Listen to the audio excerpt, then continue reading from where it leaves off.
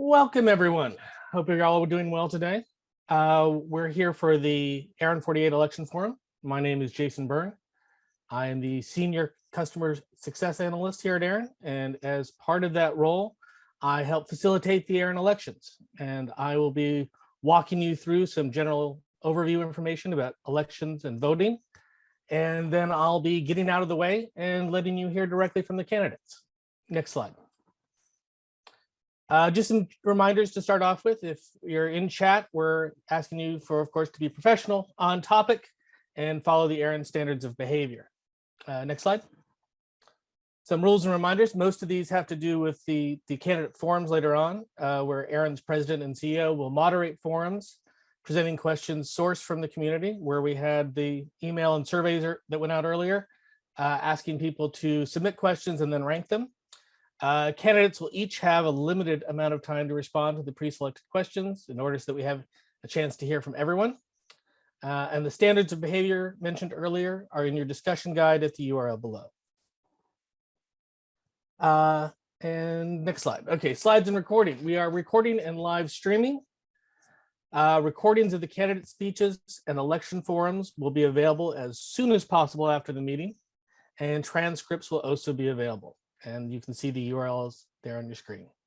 Next slide. The ARIN 48 website. If you participated in the public policy meetings last week, you've probably already been there. But if you haven't, or if you're planning on going to the members meeting later, the website is a lot more than just registration. There's agendas and meeting resources, and we advise you to check it out. Next slide. Big thank you to our ARIN 48 network sponsors, USI and Lumen. As always, we couldn't do this without the assistance of sponsors. Next slide.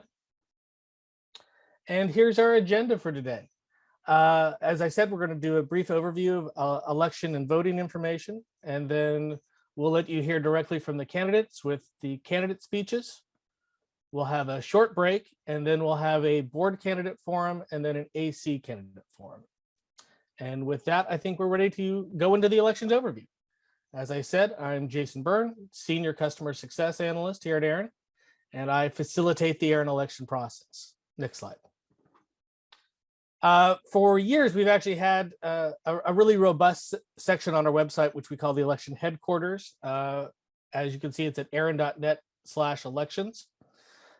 We have statements of support that will be open until voting closes on November 12th. I think we're currently just about at 170 statements of support submitted so far this year. You can go there to peruse what other people in the community have said about candidates or make your own statements. We have the election calendar and all the process documentation of how we run the elections, as well as step-by-step instructions on voting with screenshots and everything else to help you if you get confused. And next slide. This year's an NRO-NC election year. We have 2 years where they're elected and 1 year where they're appointed. As such, we have 2 different ways for you to participate in voting. The primary one is the ARIN elections, where voting contacts of eligible general members in good standing as of 20 September 2021 may log into ARIN Online and select the Vote Now link when voting is open. They may cast ballots for the board, the advisory council, and the NRO-NC representative. Voting will open on November 4th and continue until November 12th at 5 p.m.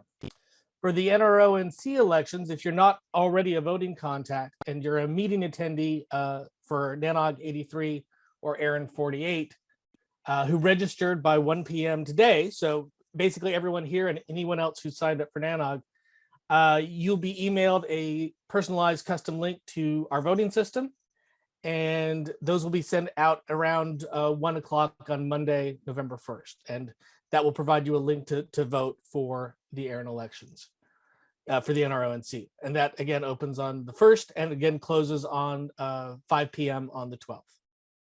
Next slide. Some important reminders as we get asked about this continually. A member organization must have been a member in good standing and had a designated voting contact on record as of the 20th of September 2021 to participate. And the only individual authorized to cast a vote is the voting contact that was on the record as of that time. If you change the voting contact, that may hamper your eligibility. You can change it back, but the voting is connected to the voting contact that was designated as of that deadline.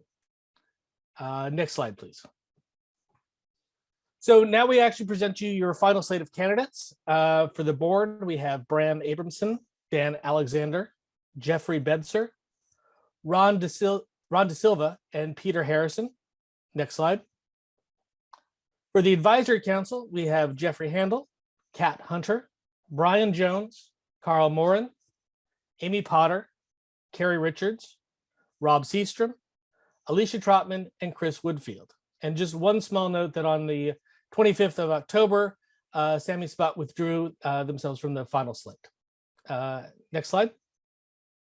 And then we have our NRO number council candidates, John Barfield and Chris Casada. Next slide. And with that, any questions about anything we've covered so far?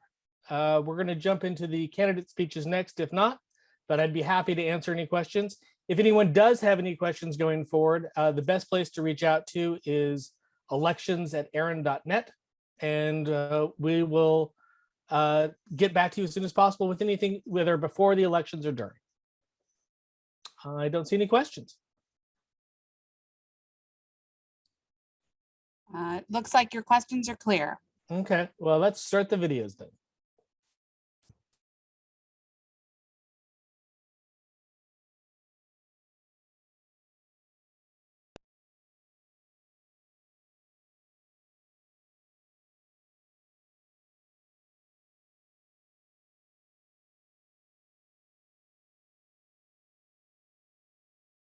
The first set of candidate speeches will come from those running for the ARIN Board of Trustees.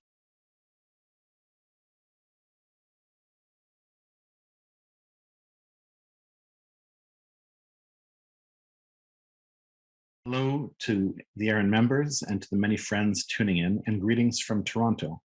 And bonjour aux membres qui proviennent des coins francophones du territoire d'ARIN. And thanks to all of you for considering my candidacy for ARIN's Board of Trustees. Now, ARIN plays an important role in the internet governance ecosystem.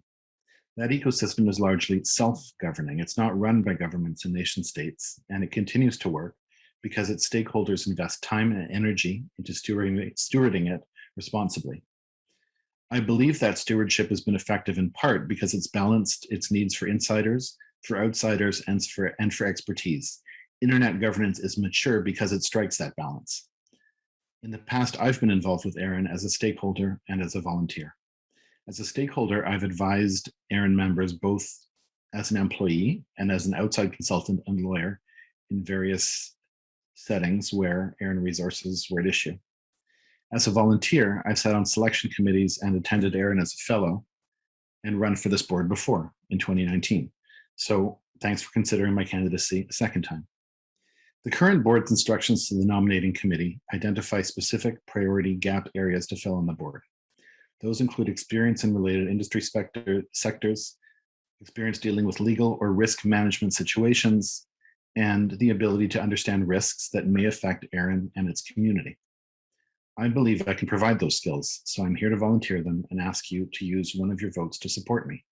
Working at the Canadian telecom regulator early in my career taught me about going on roadshows, consulting widely with stakeholders, understanding how solutions need to work across the board, and where the art of compromise and sober second thought fits in. My role running legal and regulatory as an ISP employee just after the Edward Snowden disclosures thrust me into the hot fire of privacy rights and law enforcement, and I ended up doing a lot of work to systematize and balance those. My broad work today in private practice on complying with and advancing data privacy, making and testing telecom policy, and dealing with regulations both in terms of their intent and their burden gives me a wide lens on the kind of work that ARIN does. I've advised and am certified on board governance and fiduciary duty. As a former financial analyst, policymaker, and lawyer with experience in multiple arenas within the telecom and internet worlds, I can compare and contrast in ways that I think will help me ask the right questions to the Board of Trustees and as part of the Board of Trustees. If you support me, you'll get someone with a long history in networking and governance, training and experience in advising on and providing fiduciary oversight, and a background in financial, legal, and risk analysis. Those skills are ones that I think are appropriate to the board, and that's why I'm asking for your vote.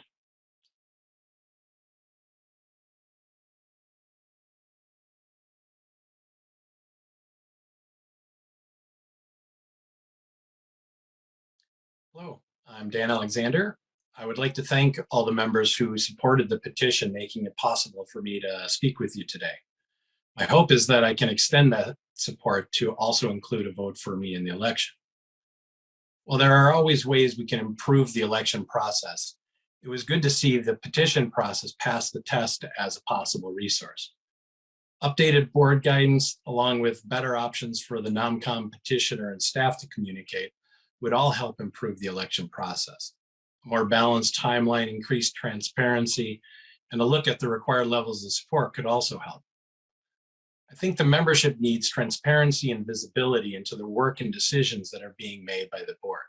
How else can the members effectively provide feedback and evaluate their performance? The members elect the board for their experience and ability to serve the membership, but to do so as openly as possible. While the election process is something we can and should work on, there are other board topics that will benefit from active community input.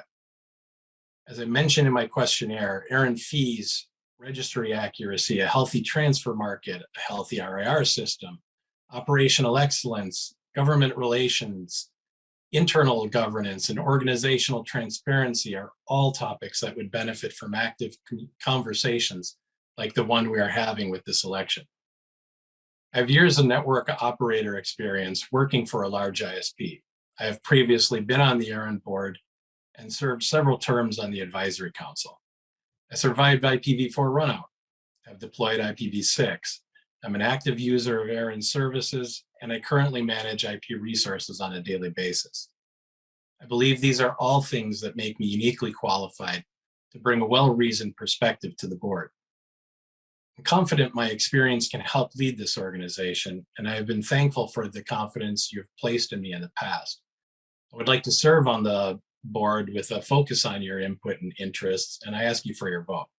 Thank you and take care.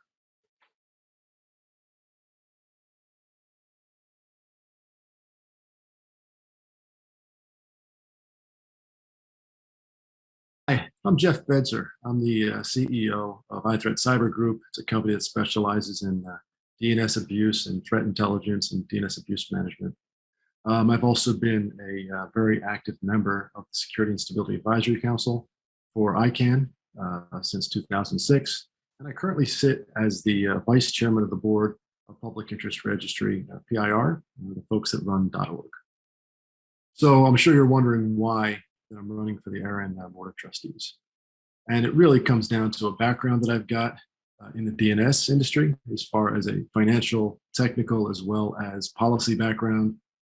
I see it's very important to balance the mitigation of cybercrime and malicious activities online that target and victimize the end users of the internet with privacy considerations and with other considerations around personal freedoms. I think that as a ecosystem, both can be handled together in a way that allows for a safer internet and avoids the potential for governments to start deploying regulations in the areas the regions that ARIN serves that would, compromise those freedoms and those privacies that we all enjoy. Working within the technology and the policy space, I think, gives really great opportunities for someone like me to bring to the ARIN Board of Trustees, assistance in understanding where different parties lie and where their experiences bring them to the conclusions, whether it be on a cultural, nationality, job function, or role, to look for those commonalities that help us understand where the critical paths are to finding solutions to all the problems when it comes to the cybercrime and the abuse issues and the privacy issues. And I think finally, I'd like to say, I really appreciate your support. If you'd be willing to vote for me, I'm excited for the opportunity that running for the board of Trustees has given me. And if selected, I would serve and be serving the internet community. Thank you.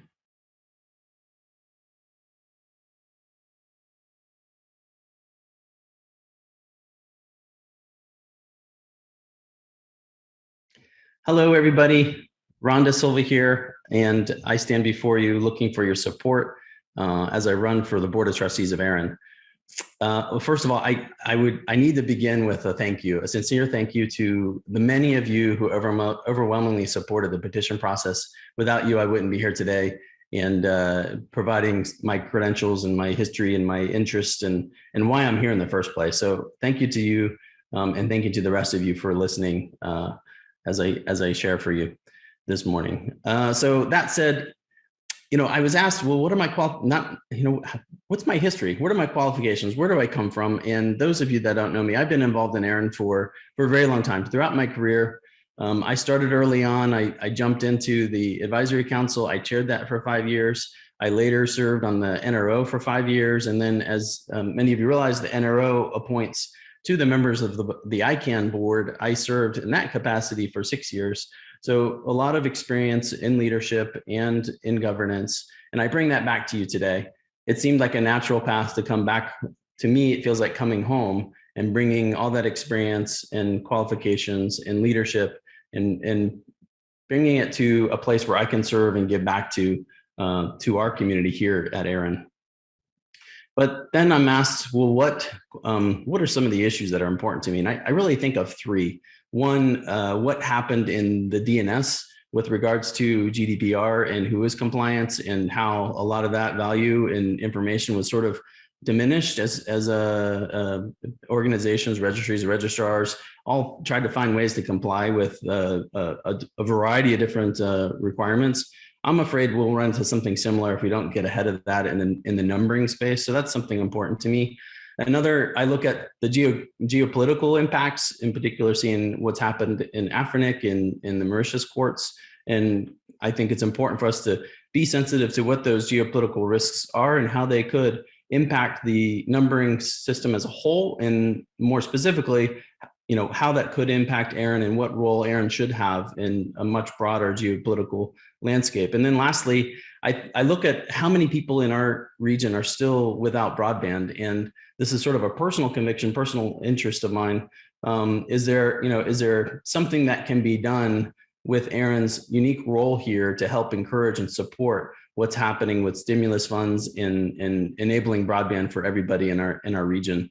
It's a little bit outside of our remit, I realize that, but perhaps there's something we can do. But lastly, I got to come back to the NOMCOM. I've heard from many of you that there's better governance that can be applied here, more transparency, more accountability. I think that's low-hanging fruit I'll want to tackle at the very beginning as a new member of the board. And I think there's some good work we can do there. So without further ado, thank you for your support, and I look forward to working for you. Thanks.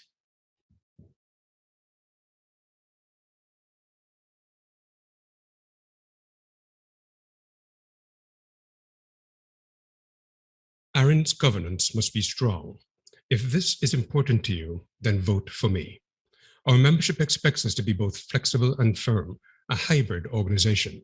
This creates both short and long-term challenges. I propose a way forward. As a member of the Finance Committee, I've participated in stricter controls, balanced budgets, and the selection of vendors who are more invested in our destiny. Facilitated by technical debt reduction, ARIN's engineering services must exceed member expectations. Our cyber attack exposure must be minimized. We cannot be complacent. I will monitor this. With ARIN-sponsored Caribbean CARPIF and regional government forums, my understanding of the Caribbean landscape has evolved. I have supported regional internet resilience as a member of the Grant Program Committee. Community feedback isn't always continuous and consistent. Increased R&D investment should explore new opportunities to create scalable, effective, and meaningful services, useful for business and the public good. I will continue to challenge the executive leadership on this. Your vote for me will advance these causes. The challenges of IPv6 adoption and promotion will continue. As the overhead of IPv4 management subsides, ARIN's softer roles will gain prominence. Its positions in societal well-being, namely cloud services, cybersecurity, education, privacy, regulation, and law enforcement, will be monitored more closely. This challenge isn't just technical, as in RPKI, RDAP, or DNSSEC. As mentioned before, it will also extend to ARIN's data governance. We need to be bolder. The governance of the organization needs to mature to minimize the risk to its future. The nomination process is frequently debated and is being addressed. But there's more. The community needs to have a better understanding of what the board does. The transition process for board membership turnover needs to be fine-tuned. We need to explore new sources and representations of data to make strategic decisions. The board structure must be periodically reviewed. There may be board operation changes that need community input. These topics and more don't surface in our daily community communications, but need to be addressed as part of my ongoing role on the board's governance working group. There's more to explore. You will hear more if you vote for me. We need to identify and credibly manage tomorrow's dangers. It extends beyond recent RIR circumstances. Greater awareness of the type and size of ARIN's principal risks is needed. Its management must be an integral component of strategy, culture, and operations. New risk and strategy board committees will ensure comprehensive oversight. I will lobby for this. Finally, internal risks must not be forgotten. The pandemic has created unexpected illness and death. The board must continue its work with the executive team to develop and approve succession plans for various scenarios.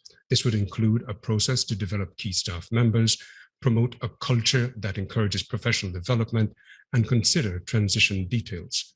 This helps to create the orderly transition the community would expect. There are many things to consider when casting your vote.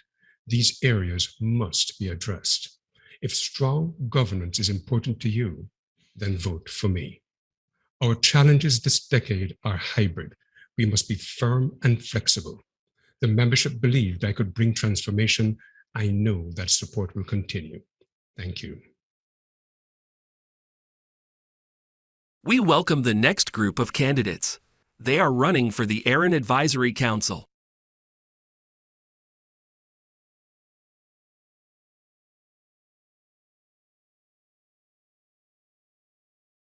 My name is Jeffrey Handel, and I'm a self-proclaimed IPv6 evangelist.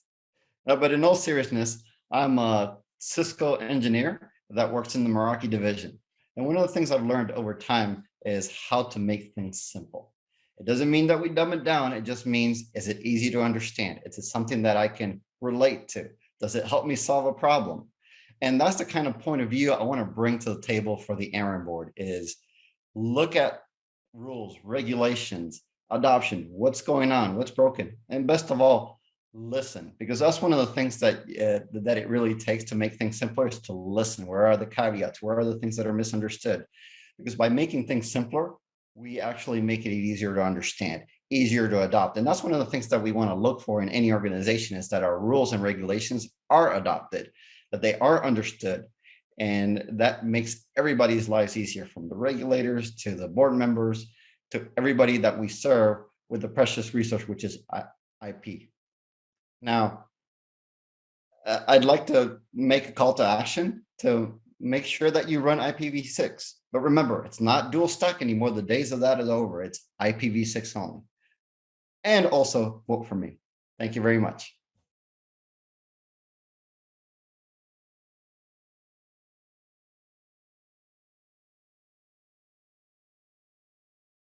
Hello, everyone. My name is Kathleen Hunter, and I'm running for my second term on the Advisory Council. I would like to take this time to thank everyone that has given me the opportunity to serve my first term. Thank you to the members for voting for me, and thank you to the nomination committee for your vote of confidence for another term. In my day job, I manage the number of resources from ARIN down to the edge customer for voice, video, and data at Comcast. More recently, I've been involved in assisting our security and business teams on issues involving SWIP, fraud, and geolocation. In addition, I've experienced working with our RPKI teams and continue to do some work with the international registries. During my first 2 years on the AC, I shepherded policies from proposal to adoption. This last year, I transitioned away from shepherding policies into the vice chair role, where I'm additionally involved with all 3 working groups and continue to be coached on the chair position, assigning policies to shepherds and assisting with meeting planning. In addition to my advisory council role, I volunteered as part of the grant selection committee for ARIN for the first time this year. The virtual atmosphere we are currently serving in has provided us with some new challenges. ARIN staff, the AC, and board are providing excellent new ways for our community to contribute.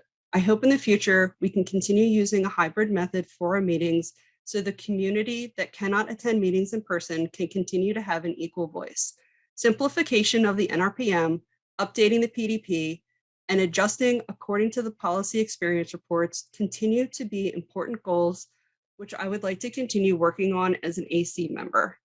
I love what I do here on the AC and would like to continue a second term. I believe my record will show that I have always taken the community's interest in mind when voting on policy and plan to continue this in my upcoming term on the AC. I support meaningful justification for IP space without impeding business. There are parts of the community that still feel they need a voice, and I encourage you to be part of our meetings and mailing list. Your voice matters, and I would like to see more participants on PPML and the meetings. Thank you again for putting your trust in me for a first term, and I would appreciate your vote again for a second. I hope to see everyone soon when we can be together in person and continue to look forward to our virtual discussions. Getting to know candidates is hard in a virtual environment, but all of us are here for questions, so please feel free to reach out. Thank you.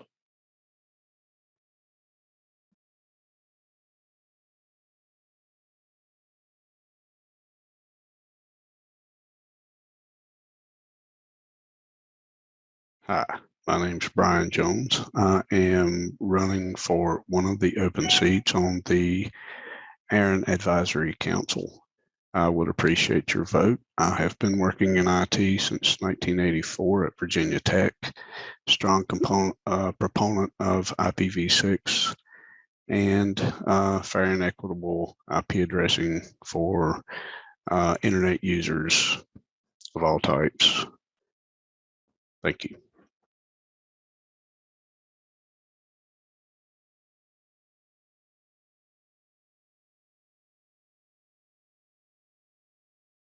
Hi, my name is Carl Morin. I'm the president of Hive Data Center here in Montreal, Canada. I'm also a board member of the Montreal Internet Exchange called KEX.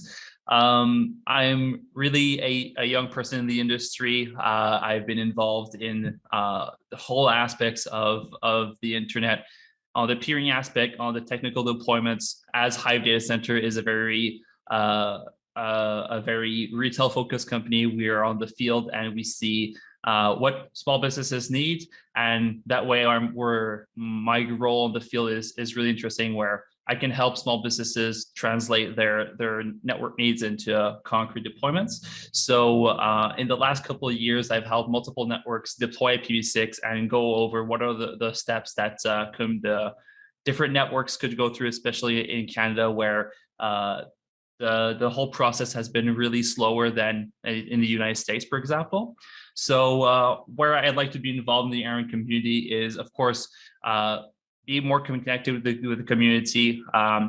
Being connected in the Montreal space at KIX really helps push the deployments, as IPv6 is not only a financial and technical thing, but it's also political in some ways, especially when it comes to peering. Some networks aren't always open to new policies. So I'm looking forward to bring a new young twist to the ARIN committee, bringing a new vision and really translating the needs of small businesses that don't really have time nor resources to get involved and go through all the policies, and really make ARIN, make BGP, make the whole internet processes easier and more accessible for these smaller companies, smaller networks that play a huge part in the internet, arguably a bigger part than these larger networks. So that's really what it comes down to: a young new vision, IPv6, and small businesses needing, especially small businesses in Canada, needing more representation, more help, and more guidance.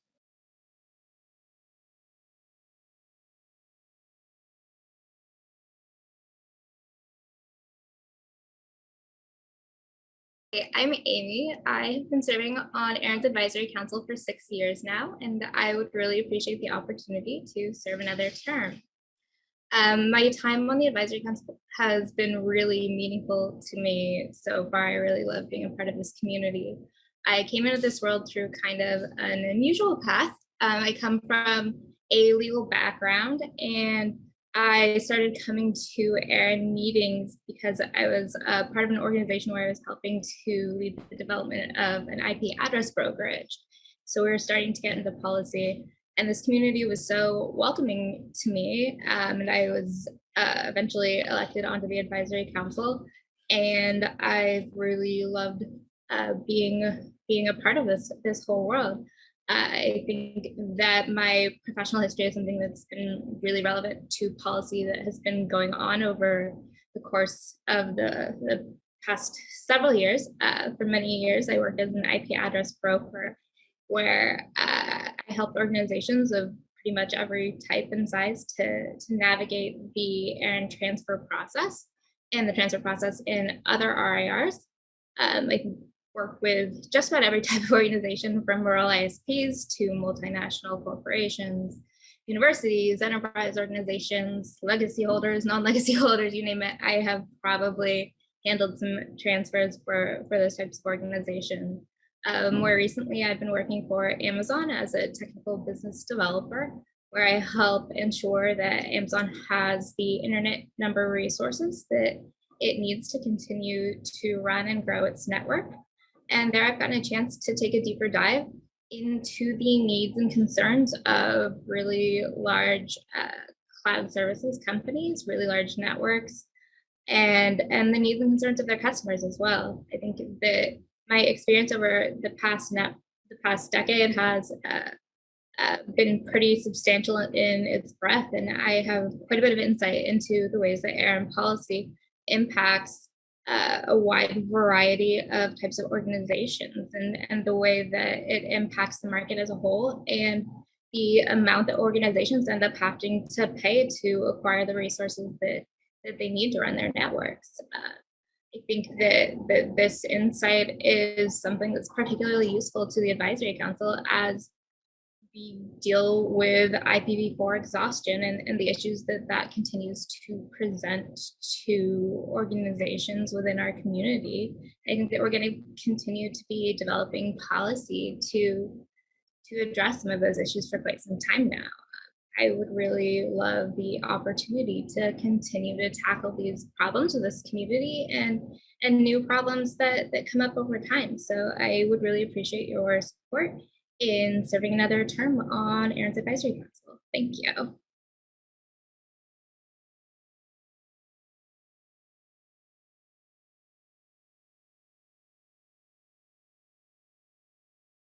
Hi, my name is Kerry Richards. I am a Jamaican national living and working here in the English-speaking Caribbean.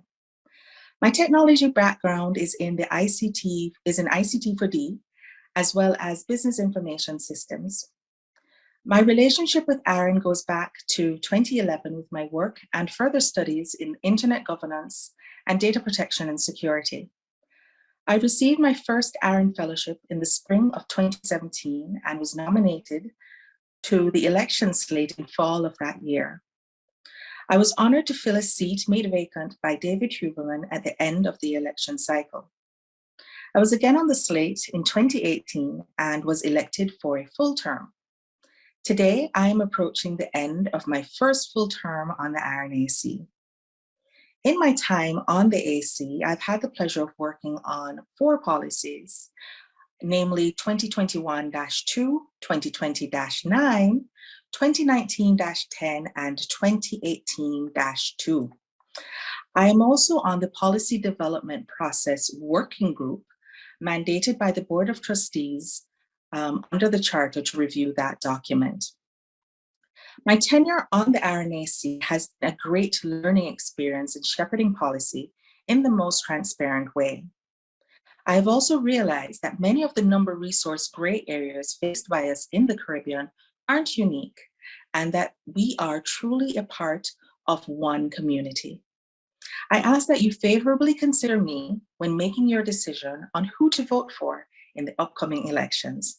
Thank you.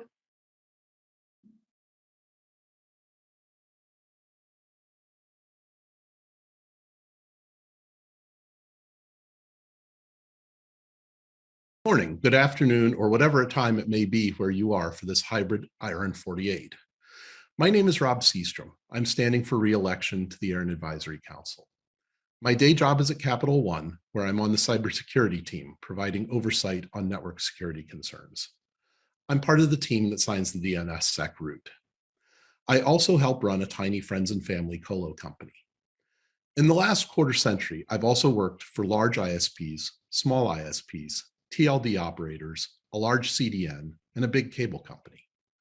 My background makes me sensitive to the needs of the whole spectrum of number resource users: large, small, ISP, enterprise, and non-traditional. I've spoken in the past about the need to have policies that address IPv4 runout in a way that is fair and equitable. IPv4 runout is firmly in the rearview mirror, and with years of experience in the post-runout world, we have made good progress at paring down legacy policies in the NRPM. Yet our work is not complete. We can continue to relax requirements, make ARIN's policies and documentation more understandable, especially to newcomers, make IPv6 number resource issuance as frictionless as possible, and make our processes work more smoothly without neglecting our stewardship responsibilities or creating opportunities for fraud. I'd like to thank my colleagues on the AC and on the Board of Trustees for countless hours of work to enact good policy. But most of all, I want to thank you, the community, for bringing policy proposals forward whenever you see the need. In closing, I ask you to vote for me as a candidate for the ARIN Advisory Council. Thank you.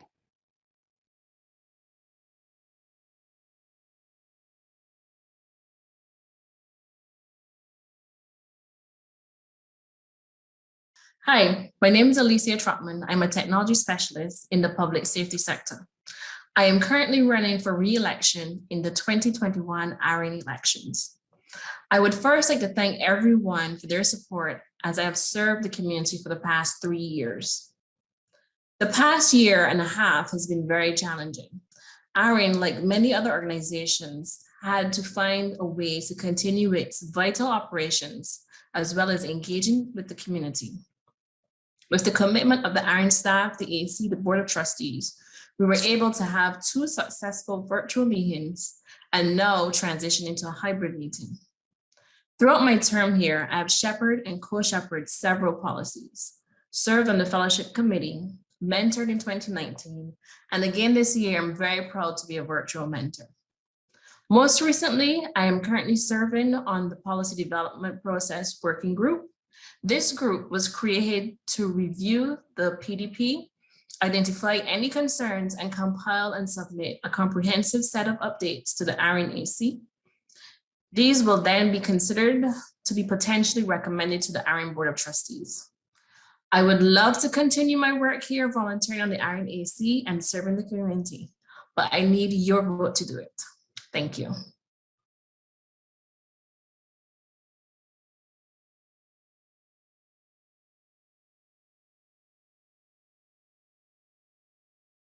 I'm Chris Woodfield, and I appreciate you are giving me an opportunity to serve on the ARIN Advisory Council for this term. As many of you know, I'm an Advisory Council alumnus, having previously served on the AC from 2016 through 2020. During this time, I authored or co-authored 7 policy proposals, of which 4 of which have been implemented into the NRPM after a successful policy development process. Several of these were developed during my chairmanship of the Advisory Council's Policy Experience Report Working Group, to which I am grateful for the collaboration opportunity that produced these policies with the member of that group. I'm currently a senior staff engineer with Twitter, where I'm currently focusing on many issues that are front of mind to this community, including our own adoption of IPv6 and our use and conservation of IPv4 address space on our own network. With over 20 years in the networking industry, I've gained quite a bit of experience to draw on, and I hope to carry that forward in the spirit of service back to the community as an AC member if I were to be elected. It's no question that these are some very interesting times for the ARIN community, not to mention the global RIR community as a whole. This community has a wide range of interests and priorities, some of which may profoundly disagree with each other as to their vision of the role of an RAR and its responsibilities to the community. While I definitely have my opinions, as you most likely know if you read the PPML, I see a seat on the advisory council as something of a peacemaker role who can help foster productive discussions and shape future policy that serves the entire community. I hope to build on my experience in the industry, as well as my earlier AC tenure, to help guide policy that makes all of our professional lives easier, helping to remove ambiguities where possible and promoting clear, consistent policy language that can always be a little bit less opaque.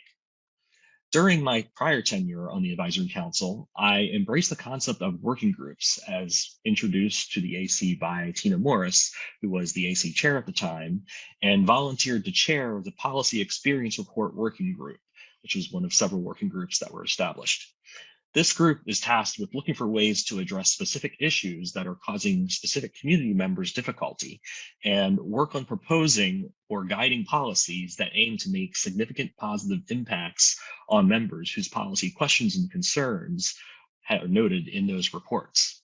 If elected, I aim to continue to guide policy based on both this feedback and more direct community feedback when available, and ensure that ARIN remains a responsible steward of the resources that the community has entrusted it to manage.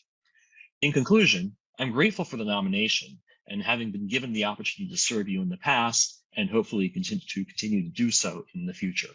I believe I have a lot to offer this community, and if you agree, I would very much appreciate your vote. Thank you. Finally, we have candidates for the NRO Number Council.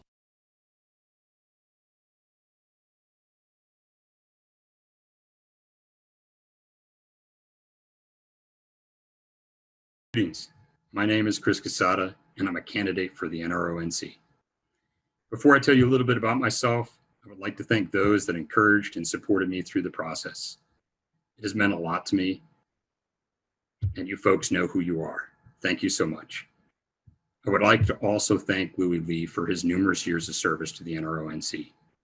I've known Louis for a while now, and let me tell you, his dedication to the community and the NRONC is a record of service and excellence that one can only aspire to.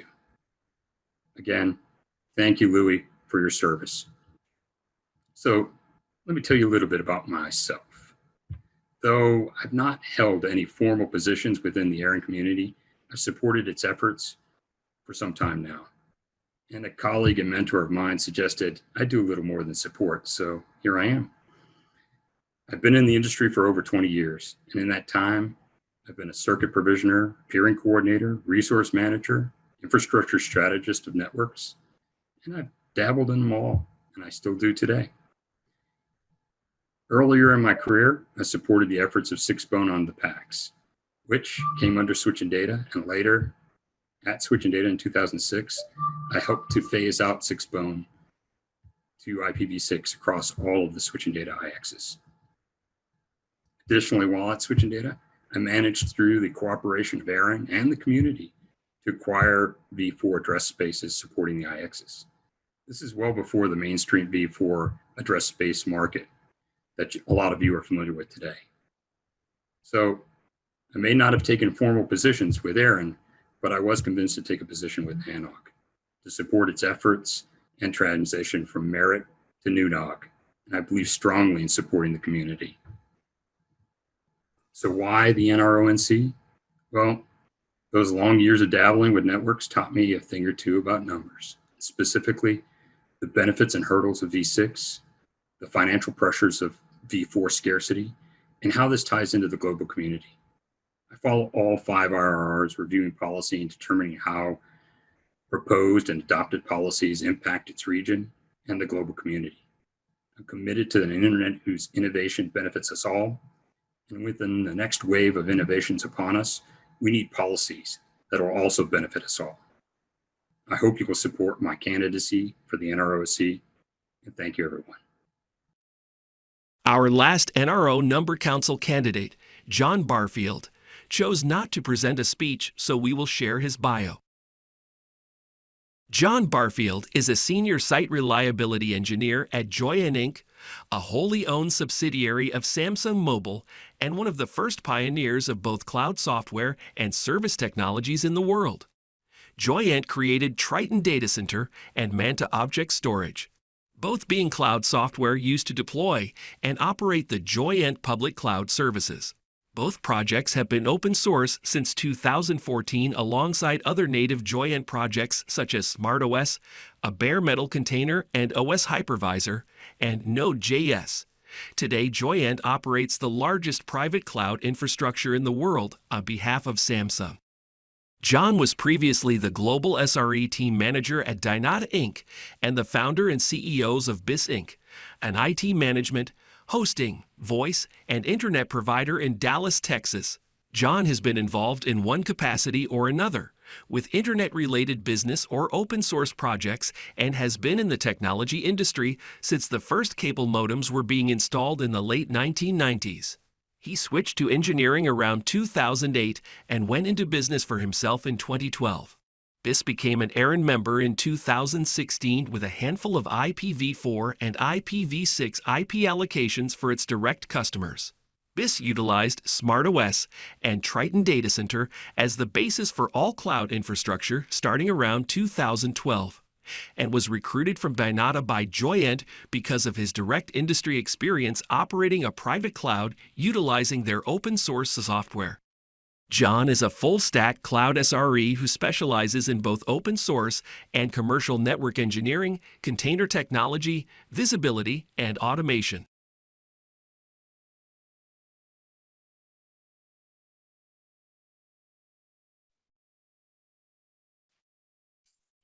And there we have our candidate speeches. Hopefully everyone got a lot out of that. We will be making those speeches available as embedded videos on the statements of support where the biographies are, and also on the ballots once voting opens. We're going to go to a short break right now until 1:15, give you a chance to have a little break, and then we'll come back and start the candidate forums. Coming up, we have a 10-minute stretch with ARIN, as everyone always enjoys those. And then we have free time until we resume at 1:15. Thank you very much. Next slide is, I think that's it. I'm going to say that's it then. Thank you very much.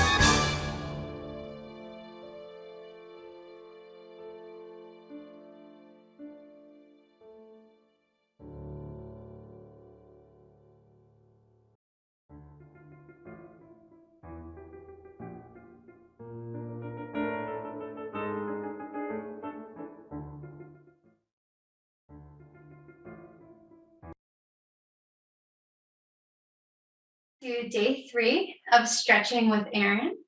So nice to have you back here. Hopefully you've been able to join all 3 days, but if this is your first time, welcome.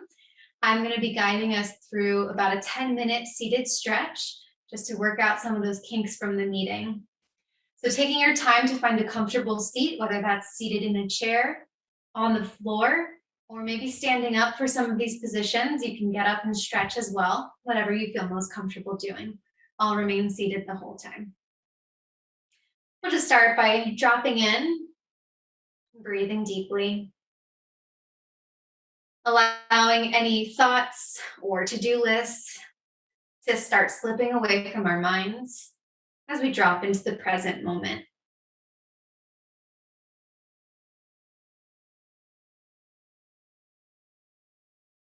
Beginning with a natural breath,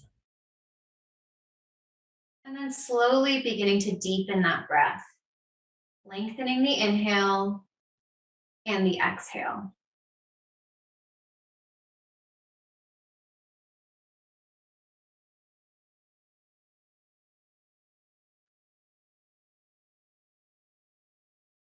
You can place your hands on your belly if that feels good, to kind of feel that rising and falling.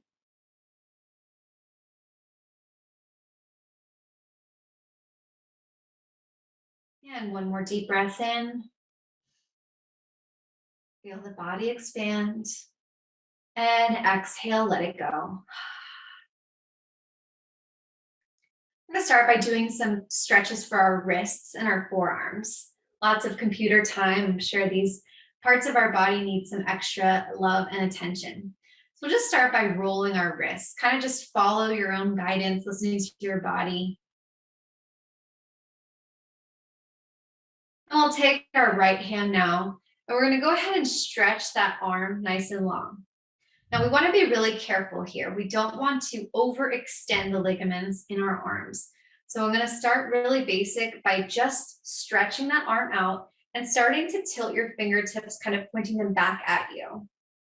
Noticing how this feels. It might feel kind of tight. It might feel a little awkward. This is a great stretch for that wrist, lengthening the forearm. Now, if this feels okay for you and you want to take it a little bit further, that's when you can take that opposite hand right along those fingertips, kind of crossing over them all, and very gently starting to just apply a little bit of pressure, pulling them back towards the body. Again, taking deep breaths through this, allowing your breath to heal any tension within that area. And releasing that wrist down. Sticking that arm out the opposite way now. So kind of the forearm is facing the floor. Pointing those fingers down at the floor. And we'll just go ahead and grab that palm and just gently apply pressure, stretching out that top part of the arm. And relax it down. Maybe do a couple more wrist rolls. And let it go. Preparing for that opposite side. So taking that, lengthening that left arm nice and long. Just starting by allowing those fingertips to point down and sort of back at you, kind of gauging where you're at. This side might be tighter or looser than the other side, depending on your dominant hand. If it feels good, you can apply a little bit of pressure by bringing those opposite fingertips right across, perpendicular, and just gently applying pressure. Listening to your body, if it starts feeling painful, just ease up on it. And relaxing that wrist down, pointing it in the opposite direction, your forearm facing the ground, and gently pulling those fingers back, stretching the top part of the arm. And relax it down. I'm going to inhale those arms up to the sky, interlacing the fingers, flip the palms upward. Nice big stretch here. And as we exhale, we're going to start tilting from the hips forward, kind of coming into a little seated forward fold again here, but with our knees bent. Relax that head down. Just let it hang for a few breaths.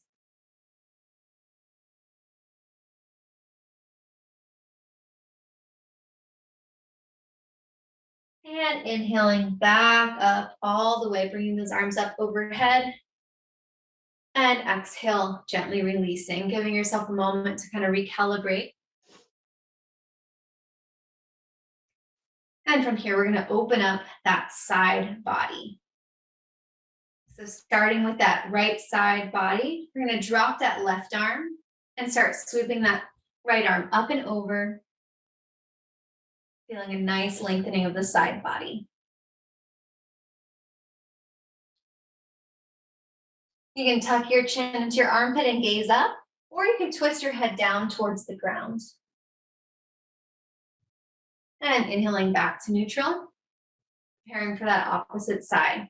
Dropping that right arm down, swooping that left arm up and over. Again, opening up that side body, maintaining a nice long spine, not collapsing in on yourself.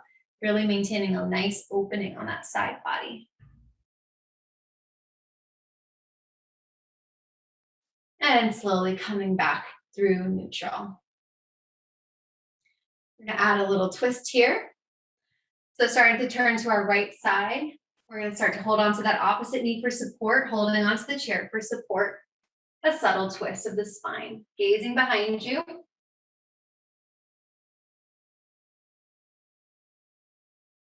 Now this time, if you want to take that left arm, placing it at the back of your head and just opening up even more. So you're going to add a little bit of a kind of a back bend here as you open up the chest, arching your back, gazing up towards the sky. So it's just a little bit of a deeper twist with an added element here. Opening up through the heart, through the chest as you twist. And releasing back through center. Taking a breath and then twisting to that opposite side, using that left hand to hold onto the chair for support. Just starting with the twist. And then if you'd like to take it further, you can place that right hand behind the head. Arch to the back just slightly, opening up through that heart, through the chest, gazing slightly upwards.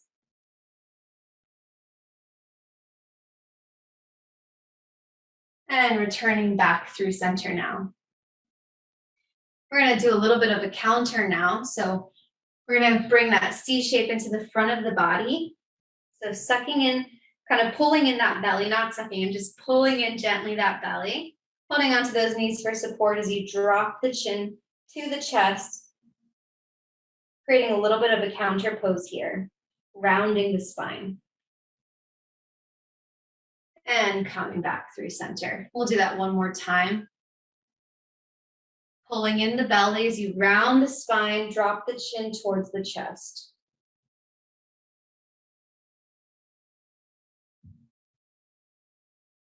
And back to neutral.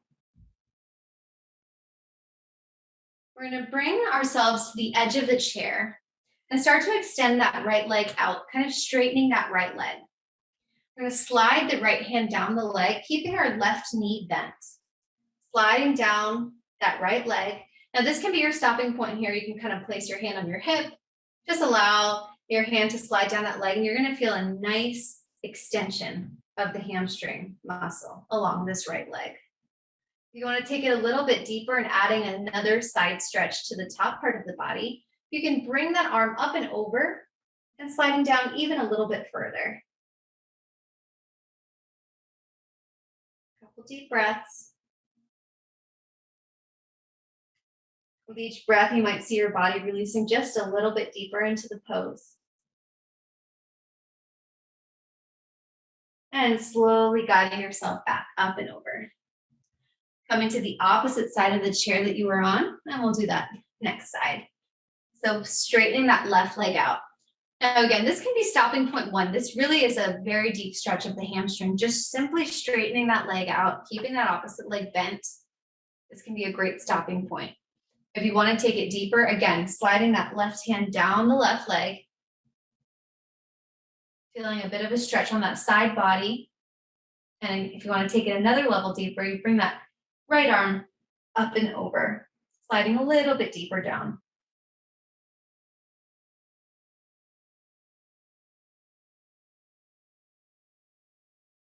And slowly returning back through center, coming back to the middle of the chair. Placing our hands on our knees or our thighs. And just dropping back into our breath as we close our stretching session for the day.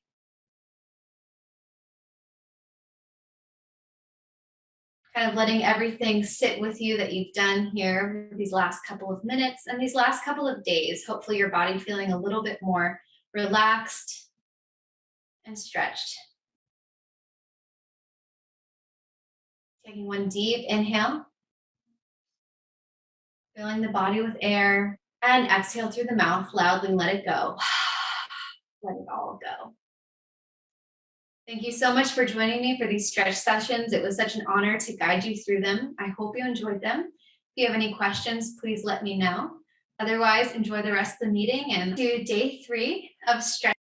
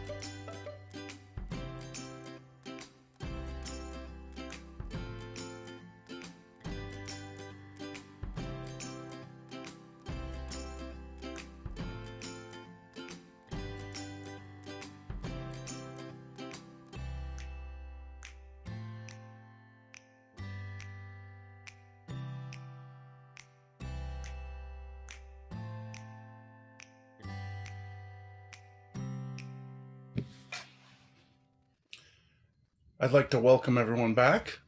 This is ARIN's Candidate Forum. I'm John Curran, President and CEO of ARIN. We're going to start out with the Board Candidate Forum. As I remind people, the Candidate Forum is an opportunity for you to meet the candidates a little more and hear their views on key issues. The questions we'll be asking are the questions that were submitted by the community. We put out a survey and the questions are submitted, and then we put out a second survey. We rank those questions by community interest. The top 5 questions have been provided to the Board Candidate Forum, to the candidates before the forum, and they have prepared 1 to 2 minute answers for each.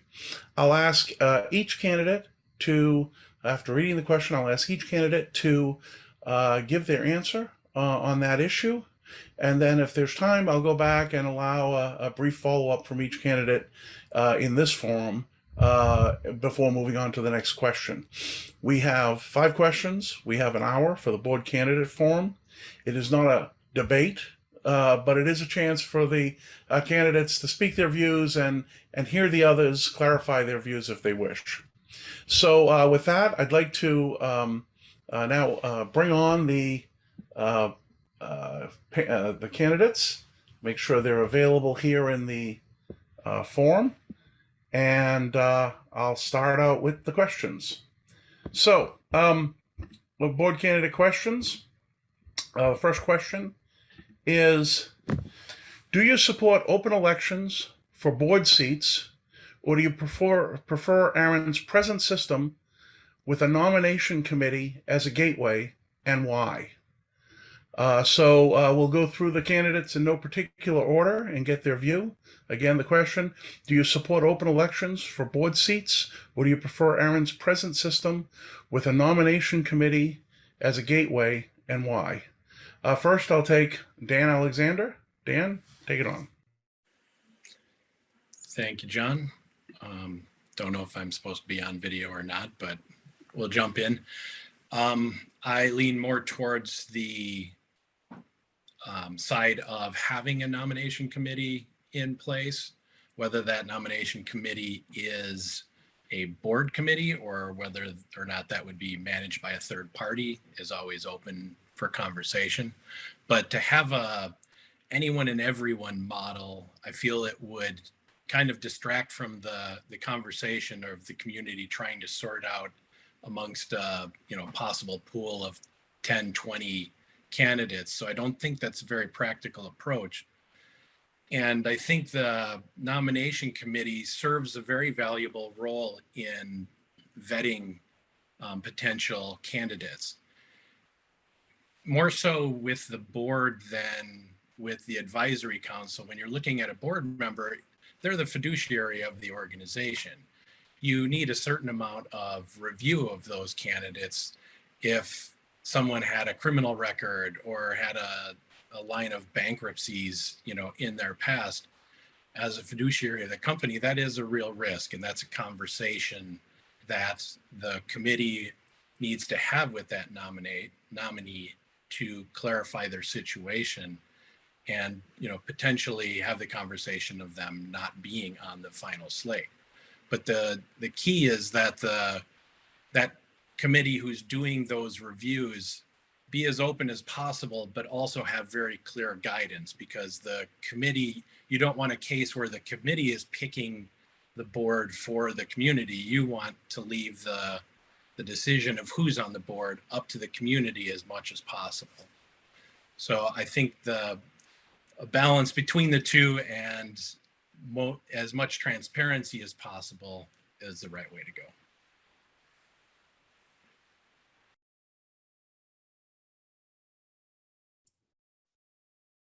John, you're Mr. muted. Curran. There you go. Thank you, Dan.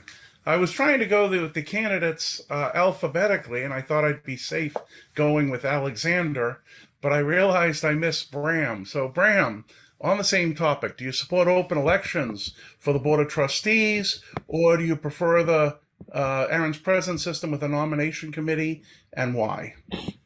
I always did have the first locker. So look, on the question, clearly there's a problem. And, we've seen that spill out on PPML and so on. And I've been sort of sitting in the background reading with interest, obviously.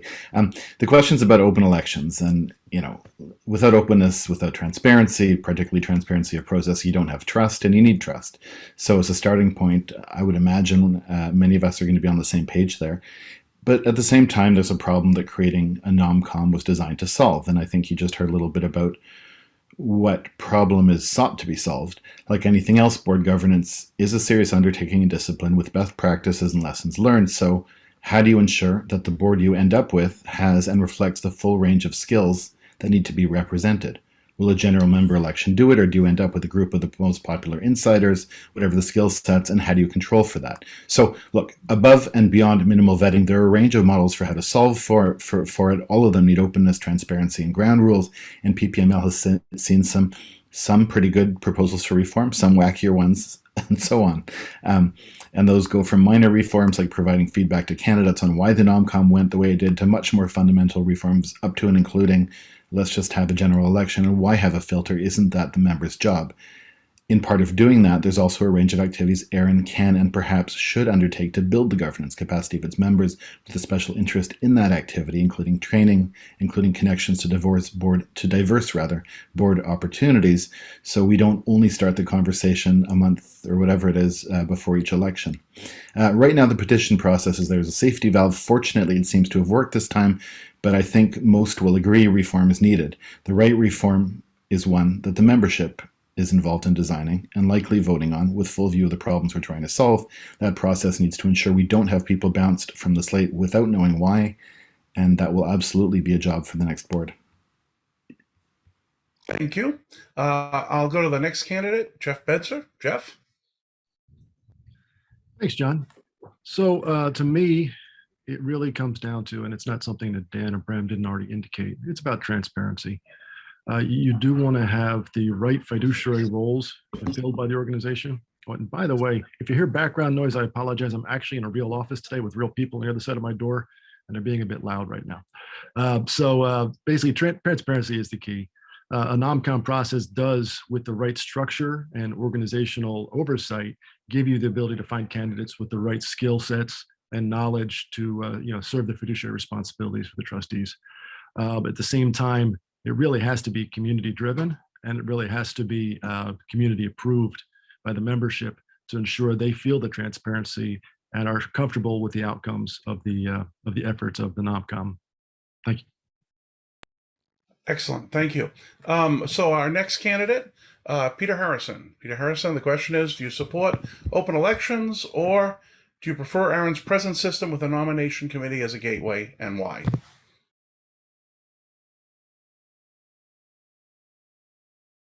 Peter, you need to unmute.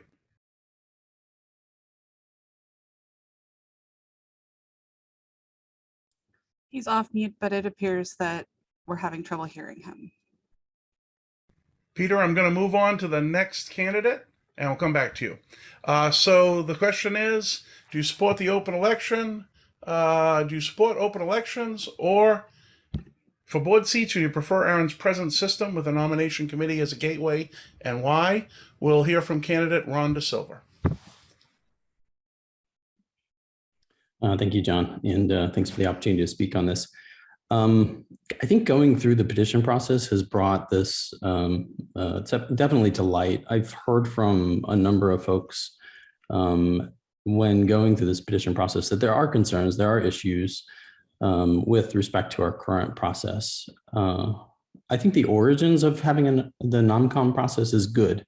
I remember early on we had challenges in getting sufficient number of eligible candidates for the AC or for the board identified and put before the membership. And there's always been the concern of having, sort of a popularity vote that you have perhaps people that aren't involved in the community being placed in, say, the AC, or candidates that don't have any senior leadership or governance experience being placed on the board. And that puts a bit of a burden on either body, the AC or the board, in bringing somebody new into the process and having to manage that. So I think that the origins there were good.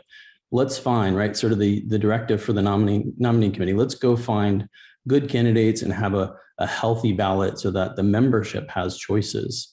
Where I think it goes astray is if the NOMCOM begins to pre-select and decide from qualified candidates, and even from folks within our industry that, oh, let's not put certain members or candidates on the ballot, and take that decision away from the membership. So I think there's some work to be done here.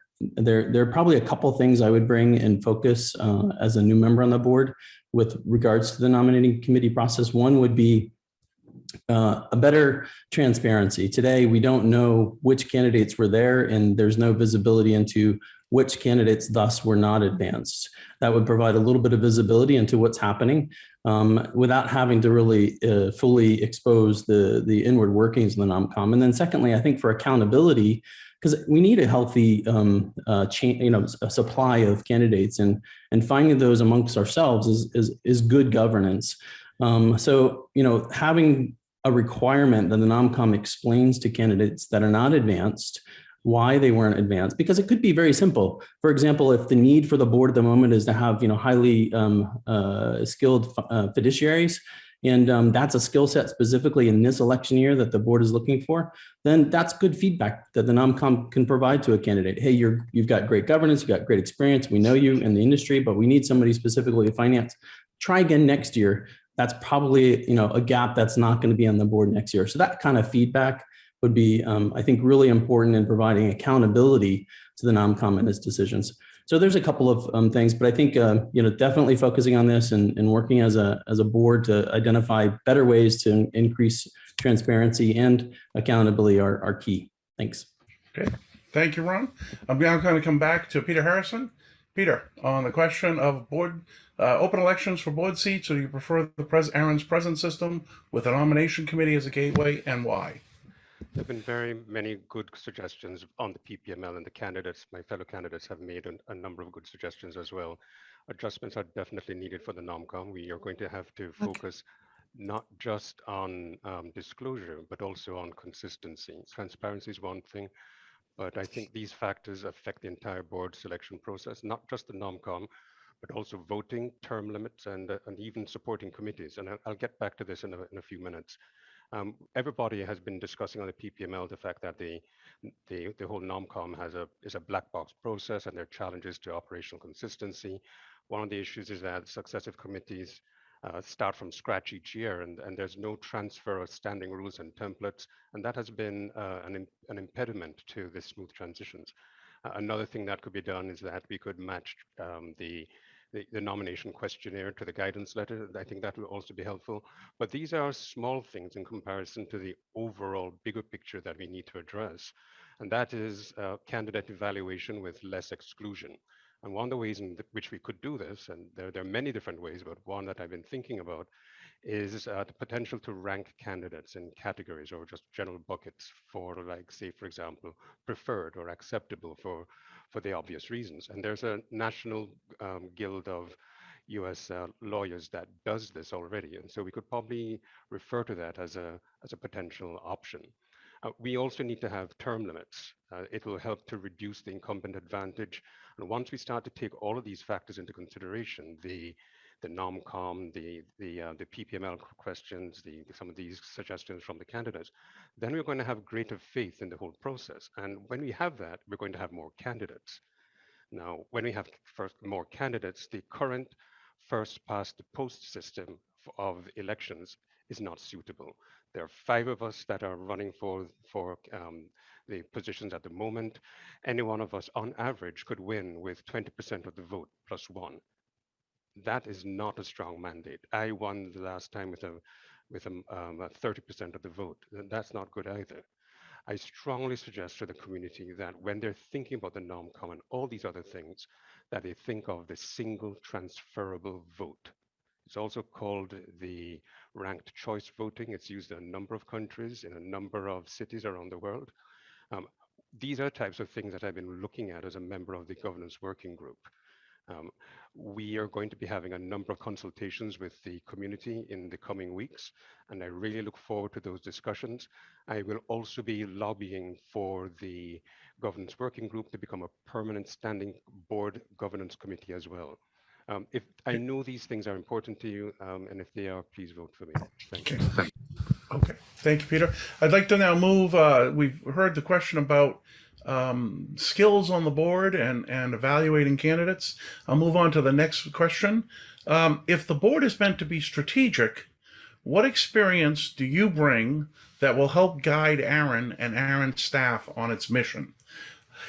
And I will, this time I will start out first with Bram Averson. Go ahead, Bram. Thank you. Thank you. Yeah, so this is sort of the bio question. And look, we've all put lots of material online, so I'll guide you through a little bit of it. But you know, I think overall and first and foremost through expertise in law, governance, risk management, privacy and data protection, and then a breadth of domain and sector experience applying those things. And I think, you know, in terms of what I would bring to the board, certainly that's an area that's been highlighted in the board's instructions to the NOMCOM in terms of areas where they're looking for expertise. And that's where my training and professional life lives. I'm used to advising clients, including board directors, on these matters, including ISPs and other telcos, but also the non-telco critical infrastructure sectors, media and technology companies, government bodies, not-for-profits, and so on. You know, I've more directly sat on advisory committees here in Toronto for the Ontario Securities Commission, Canadian Internet Registration Authority. I've acted as, you know, director of smaller organizations like community arts and technology not-for-profits, larger ones like Canada's Consumer and Small Business Complaints Body for the telecom sector, whose size is not far off ARIN's actually in terms of employees, and helped steer their direction and strategy both as a board member and then, you know, as a governance committee member in some cases. More broadly, you can read about my background, obviously, in the candidate statement, but one of the things I talked about there was adopting a pro-privacy, pro-security, and pro-rights approach in all areas. And that's part of the lens that I think, you know, certainly I would apply. So overall, my highest and best use is likely from the expertise that drives my day job as a law and policy advisor, as well as a privacy professional. Thank you. I'm now going to move to Dan Alexander. Dan, same question. If the board is meant to be strategic, what experience you bring that will help guide ARIN and ARIN staff on its mission? Well, I've helped one of the largest broadband ISPs with navigating V4 free pool runout and the deployment of V6. You know, that required managing multiple multi-year plans that required considerable coordination. I've previously served on the ARIN board and helped develop the strategic plan. I previously chaired the nomination committee. I've served several terms on the ARIN Advisory Council, including serving as chair, and I actively use ARIN services. So I think it makes me uniquely qualified in that I well understand all the pieces to be able to coordinate that strategic plan from the board, the membership, down to the staff level as to how a lot of these things need to interoperate and how to best come up with a plan that can move forward. Thank you. I'll now move on to Jeff Bedser. Jeff, same question. If the board is meant to be strategic, what experience do you bring that will help guide ARIN and ARIN staff on its mission? Thanks, John. So strategic thought processes are enhanced by both historic knowledge, you know, how things have been done, as well as, you know, detailed knowledge of the indicators in the broader ecosystem, you know, within the entire stack, from the numbers, from the naming, and the policies. I bring 20 years of industry experience, coupled with a lot of volunteer internet governance efforts. This gives me a broad perspective to notice trends, to see where policies are evolving in places like ICANN and ISOC, IETF, APWG, MOG, all the places that deal with where activities are happening and how they're being addressed, and the broader conversations about them and how they would impact ARIN and ARIN's missions and strategies. You know, additionally, I've been an entrepreneur for almost 30 years now, and strategic thinking is how you develop business plans. It's how you market, how you do market roadmaps, and how you calculate pivots when things change that you have to deal with to modify your plans to unforeseen difficulties, such as, you know, global pandemics. I've survived long enough to feel pretty confident in my abilities to support strategic thoughts and processes. Thanks. Okay, thank you. And we're going to move to Peter Harrison. Same question, Peter. If the board is meant to be strategic, what experience do you bring that will help guide ARIN and ARIN staff on its mission? Thank you. I've been in the industry for quite some time. I've worked in the as a ISP with Google Fiber, with the Netflix in the content area, with cloud, and a number of other areas. But ARIN provides a really unique challenge. When we think about it, the economy of humanity really depends on RIRs. It's a completely different viewpoint that I've had to have with ARIN. We have what, like 100 employees. We have a budget of about $25 million. And so when we start thinking about it, it's not just about implementing RFCs and IP resource management. It's a question of figuring out how we can ultimately make the internet a better place. And we need to be thinking in terms of decades rather than just potentially like an election cycle. And so some of these long-term things that we need to be considering are like IPv4, the life after IPv4, the organization stability and that of the whole RIR system, which are things that I'm now working on in my position as the board, and then also thinking of new ways and methodologies to use new data. And one of the things that we've been trying to work on on the board in itself is to try and find ways in which we can set the foundation for these sorts of strategic views that are different from the private sector in general. And so we now have this governance working group that we're working on. We now have better financial controls through the hiring of a CFO to make sure that ARIN is stable in the future. We now have a cybersecurity chief, and we also have a product management approach as well for the services. The Caribbean now has a director level management focus. These things are really important for the organization on the whole. And these are the types of things that we're strategically thinking about in the long term. And I hope that the community considers these things when they vote for me. Thank you very much. Okay, thank you, Peter. The final final candidate to be asked the question, Rhonda Silva. If the board is meant to be strategic, what experience do you bring that will help guide ARIN and ARIN staff on its mission? Yeah, thank you, John. I think there's some critical experience here that as a director on a board is important to ensure the right balance of staying strategic versus kind of meddling in operations and day-to-day work of the chief executive and his senior staff. I've got that experience, senior management experience, dealing with C-suites, dealing with both sides of the boardroom. I've gone through formal training for leadership, for strategy, and for governance. And I have a longstanding history, not only with ARIN, but with the internet global industry as a whole.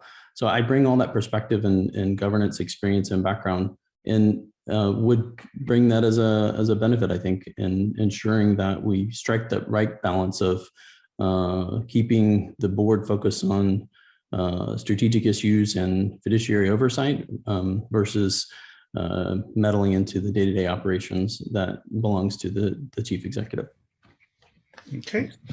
Okay, excellent. We're going to move to our third question. Interesting one. I'll ask each of the Board of Trustees candidates to address the question, what safeguards, if any, should exist to ensure independence of board members from each other and staff? So we'll now invert the order. So Ron, I'm going to pick on you first. What safeguards, if any, should exist to ensure the independence of board members from each other and staff? Go ahead. Yeah, it's a great question, John. And I think some of the very simple, easy items in this space to ensure good governance. You don't want to have board members that are related to or married to staff. You don't want to have vice versa, staff working for, having some sort of side business with other directors. You don't want directors between each other having some financial arrangements or joint ventures together, or worse, having some directors reporting to within the same company to each other. So these are all like low-hanging fruit issues. I think the bigger challenge with this is, bringing independent directors into ARIN is really hard for this community. Why? Because we naturally try to identify members within our own community to put into the board of trustees or into the advisory council or to represent us in the NRO.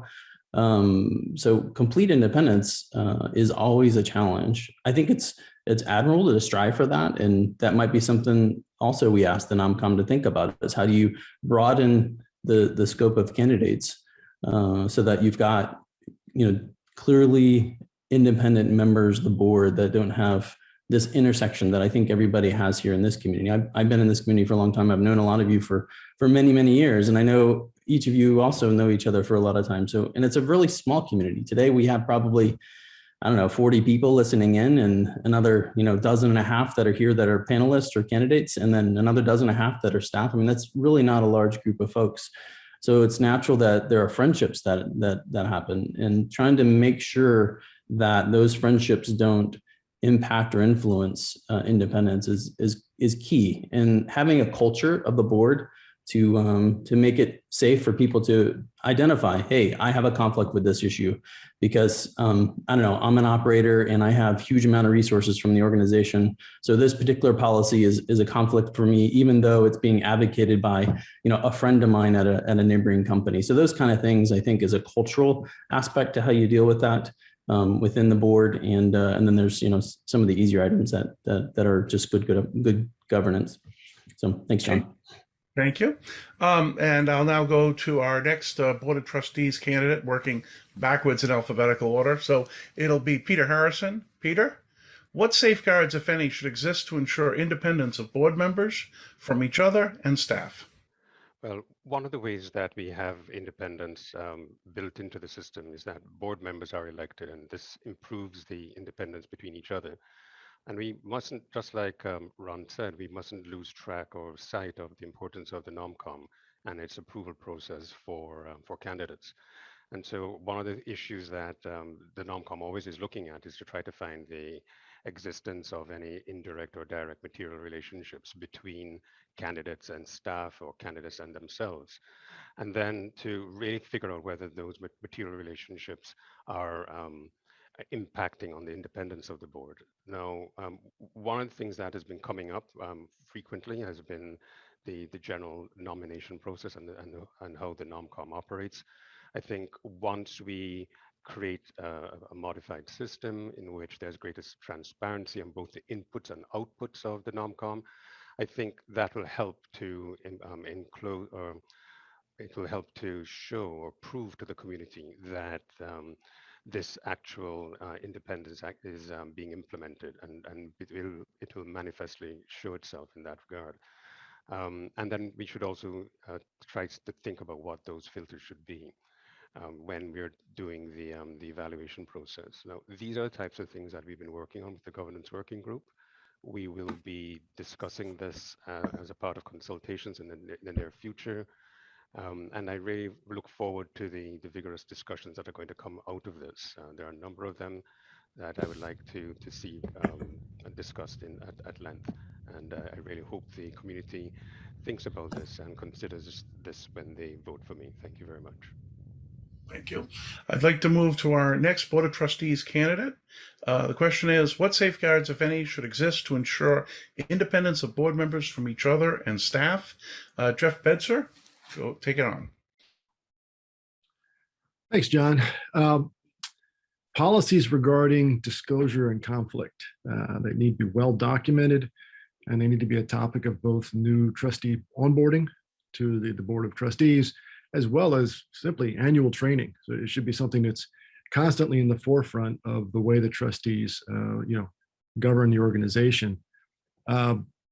These things should be covered by a risk committee charter that talks about the risks of disclosure and confidentiality, as well as conflict. There can be many places in an industry where we are, in effect, there's always going to be a appearance of conflict, because there is a role between the entity and what they serve and the organization in which they're on the board. But that just means you have to have open disclosures. Everyone needs to understand what needs to be disclosed, what relationships are a problem. Yeah, and as Ron said, there are certain situations where you shouldn't have spouses serving, one as an executive of the firm and the second on the board. But beyond that, simple awareness policies, and then basically opportunities for abstention for anything that causes a conflict or the appearance of impropriety because of a non-disclosed conflict. This can be achieved through policy, through training, and it can also be structural. For example, between staff and the organization, between the organization of the staff and the board of trustees, there should be a filter. It should be basically the trustees communicate through the CEO or his designated senior staff, anything that needs to go to the broader staff, so that there aren't conversations going on where a particular trustee is having a conversation with staff and seems to be directing them when that's not an appropriate role for the fiduciary governance of the director. This is all manageable, but it's all things that have to be ingrained as part of the model to ensure that there are no issues that come about. Thanks. Thank you. Okay, we'll move on to our next Board of Trustees candidate, Dan Alexander. Dan, the question: what safeguards, if any, should exist to ensure independence of board members from each other and staff? Go ahead. Thanks, John. I mean, a lot of it's already been said, but having a clear conflict and duality of interest policy is critical.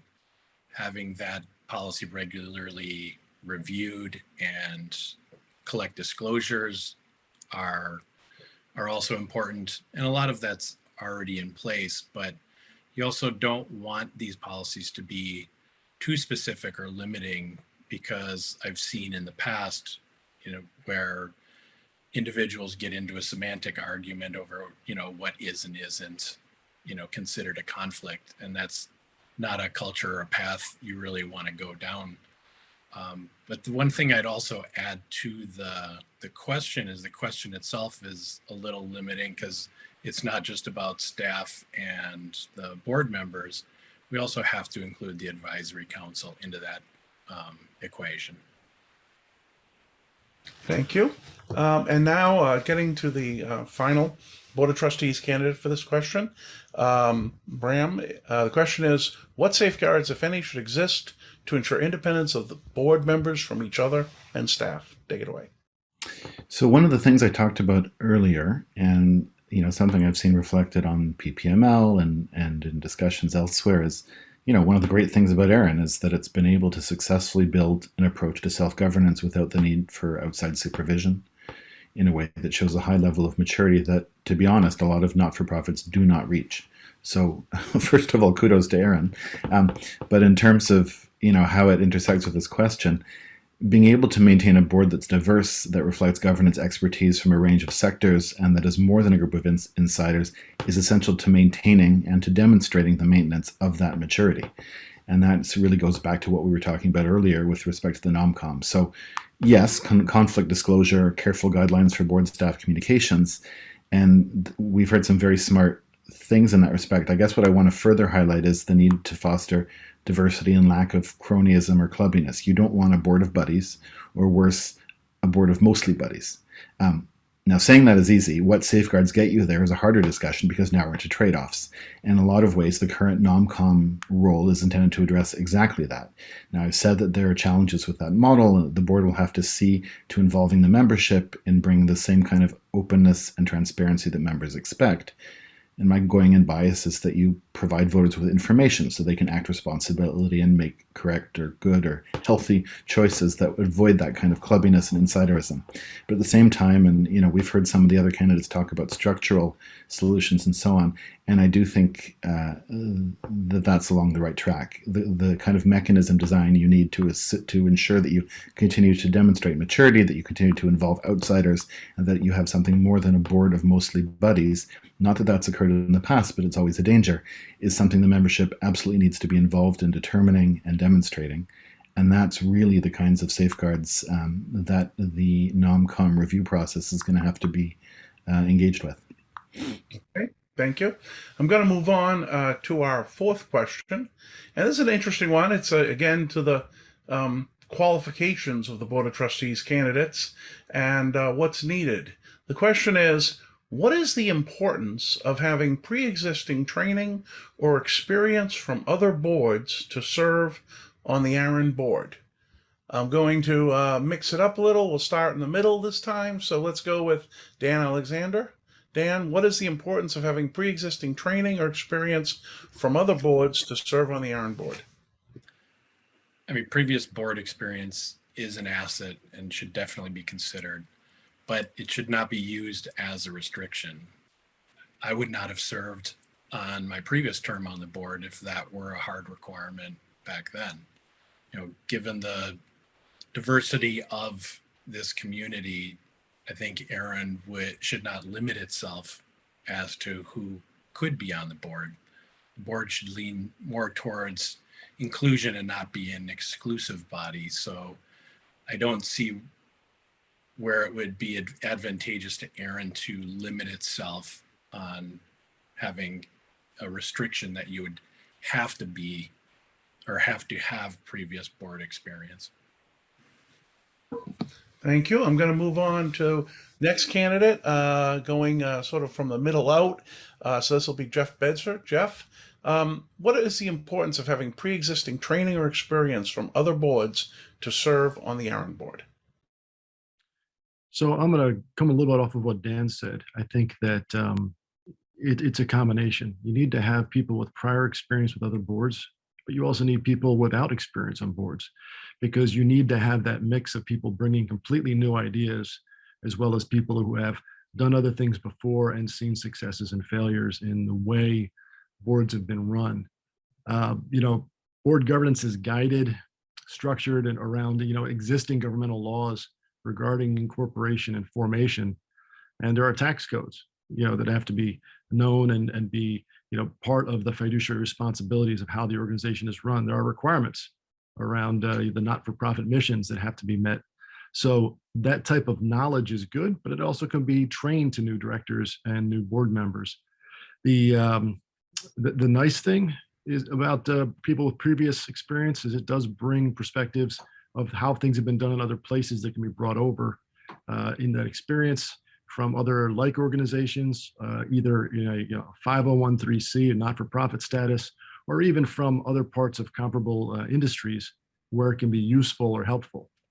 But it's critical to allow the trustee background to begin contributing immediately as soon as they join the boards, the fiduciary responsibilities are fulfilled. So for me, if you come with that background, also, you know, make sure there's a training program and onboarding that gives them that background on day one. Thank you. Okay, thank you. I'm going to continue with our Board of Trustees candidates. Next one will be Peter Harrison. Peter, the question is, what is the importance of having pre-existing training or experience from other boards to serve on the ARIN board? A lot of the thoughts that I've had have been expressed by the existing candidates. Generally speaking, pre-existing experience and training is important. Training and experience is important, but not necessarily exclusionary. And there's been discussions about the fact that we have a relatively small community and there's a risk of recycling the same people over and over again. And as a result of that, we need to expand or broaden our horizons when we're starting to look for potential candidates, looking outside of the active community, potentially looking at all sectors, all industries, general legal jurisdictions within the ARIN region for all the reasons that are fairly obvious, so that we have a breadth of experience in a number of areas of policy related to the board and its structure. And as a result of that, that's going to be very important. One of the things that I think we should also take into consideration is that we shouldn't conflate technical experience with and certifications with governance ability. There are a number of things that the governance really requires that I think everybody knows and understands. There's risk management, accountability, transparency, disclosure, and those sorts of things that need to be taken into consideration. And these things can also be learned as a part of ongoing training. And so these are the types of things that I think we need to be taking into consideration. And just in closing, it's important, but it's not exclusionary. We've been talking about ways in which we can make the whole process more inclusionary. And I think we'll be discussing a lot of that in upcoming consultations with the community. Thank you. Okay. Bram, the question is, what is the importance of having pre-existing training or experience from other boards to serve on the ARIN board? I agree with everything I've heard. Obviously I think it's important, or I wouldn't have invested time in training and continuing to train. Recently I discovered that I've been doing governance training through the Chartered Governance Institute of Canada, and I was kind of tickled to discover that it's a major force in the Caribbean. I was actually the only Canadian in the course that I was doing. So it was an interesting experience and a very positive one. Look, I think that when you talk about the importance of pre-existing training or experience, you look at things at a board level and what your overall skills matrix looks like, what's missing around the table, and how do you fill in the gaps. So absolutely, and I wasn't being flip when I said I agree with everything that's been said. It's not a question of certificates or diplomas or anything else. As with all certification, that's a way of ensuring that somebody has spent time, but it's not the only way of getting there. And in particular, ongoing training, including ongoing development of board members, is a very important role. Earlier, I talked about ensuring that, or thinking about bringing more governance training to ARIN's membership in general for those with an interest. And I think that sort of activity is really one to think about. But yeah, at the end of the day, it's at a board level, what's needed, what's missing. A lot has been learned about how to govern successfully, and that's not a wheel worth reinventing. I think as an organization, ARIN always wants to be aware of and build on best practices, and there's lots of ways of doing that. Thank you. Now the question for our final Board of Trustees candidate, Rhonda Silva. The question, what is the importance of having pre-existing training or experience from other boards to serve on the ARIN board? Thank you, John. Another good question. Certainly I think there, the key skill sets that you look for in your directors are senior executive experience, fiduciary experience, and governance experience. If you could have all your directors with all of that, that would be great. But the reality is that doesn't always happen. You can look at the composition of the board over the years. We've had plenty of folks without senior leadership experience, without prior governance experience, and without any financial experience. But I think what's key is every year, I would expect the board does a self-evaluation, look for gaps, look for, identify where there are needs. And that's part of the communication that goes into the nominating committee on, hey, we need these specific skill sets. These are the gaps. Maybe look at the total composition of the board. But you also have to, I think, consider this is a relatively small board. There are only 6 seats, ignoring your seat, John, that are elected from the membership. And with a small board, there isn't a lot of luxury to spend bringing that, that one board member who's missing the experience, or that's missing a grasp on the financials, or doesn't really have any experience in governance. It's hard, I think, for the rest of the board to be able to kind of bring somebody along. So it's important to have those. It would be really painful to have many board members missing those skill sets. I think one thing that would be worth exploring, and I would love to do this as a new member of the board, is to think about the pipeline. How do we identify candidates? And people coming into the nominating process are great candidates to think about. If they're missing a particular set of skill sets, how can the board work with them to make them, kind of fill out that gap, so that perhaps in a later year or later process, election process, they've then filled in those gaps and have the necessary experience or skill sets, and have had an opportunity to develop it. So that might be creating a bit of a, let's call it an associate director path. Might be, it's good governance. I see it in other boards. I think it's something that would be worth looking at to ensure a good, healthy pipeline of candidates. All right, thank you. We're now going to move on to our final question for the candidates for the ARIN Board of Trustees. This one's a little long, but we're also moving off of the space of what makes for good trustees, we're moving into almost a policy issue. And so the question is, should ARIN distinguish between the practice of IP address leasing and the practice of LIRs charging for IP addresses associated with their services that require use of IP addresses? Example, cloud and network providers. Fairly long question, but I think the essence of it's pretty clear. I'm going to start, we're going to go back to alphabetical order. And so I'm going to start with Bram. Bram, should ARIN distinguish between the practice of IP address leasing and the practice of LIRs charging for IP addresses associated with their services that require IP addresses, like cloud and network providers? Thanks. So to start, I will start with a line I suspect you'll hear a lot. It is not the job of the board to decide on the policies. There's a process for that. And one of the things that a mature board has to be careful about is not stepping in and really substituting itself for the judgment of those who do the day-to-day work. That said, it's an interesting topic because it's one that actually does go to the strategic direction of ARIN in a lot of ways. Because there's an obvious tension here. At some point, what's the difference between purchasing services to get at resources and just purchasing access to the resources themselves, while at the same time ARIN has an existing set of policies based on demonstrating need.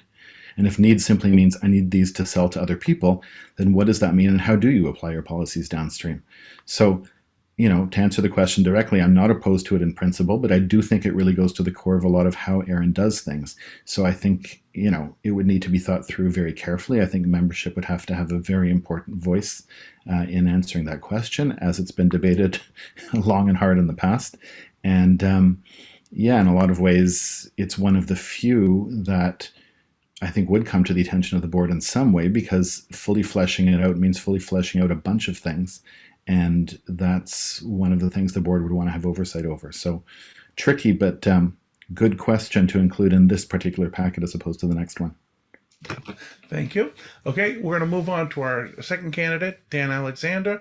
Dan, should ARIN distinguish between the practice of address leasing and the practice of LIRs charging for IP addresses associated with their services which require IP addresses, like cloud and network providers?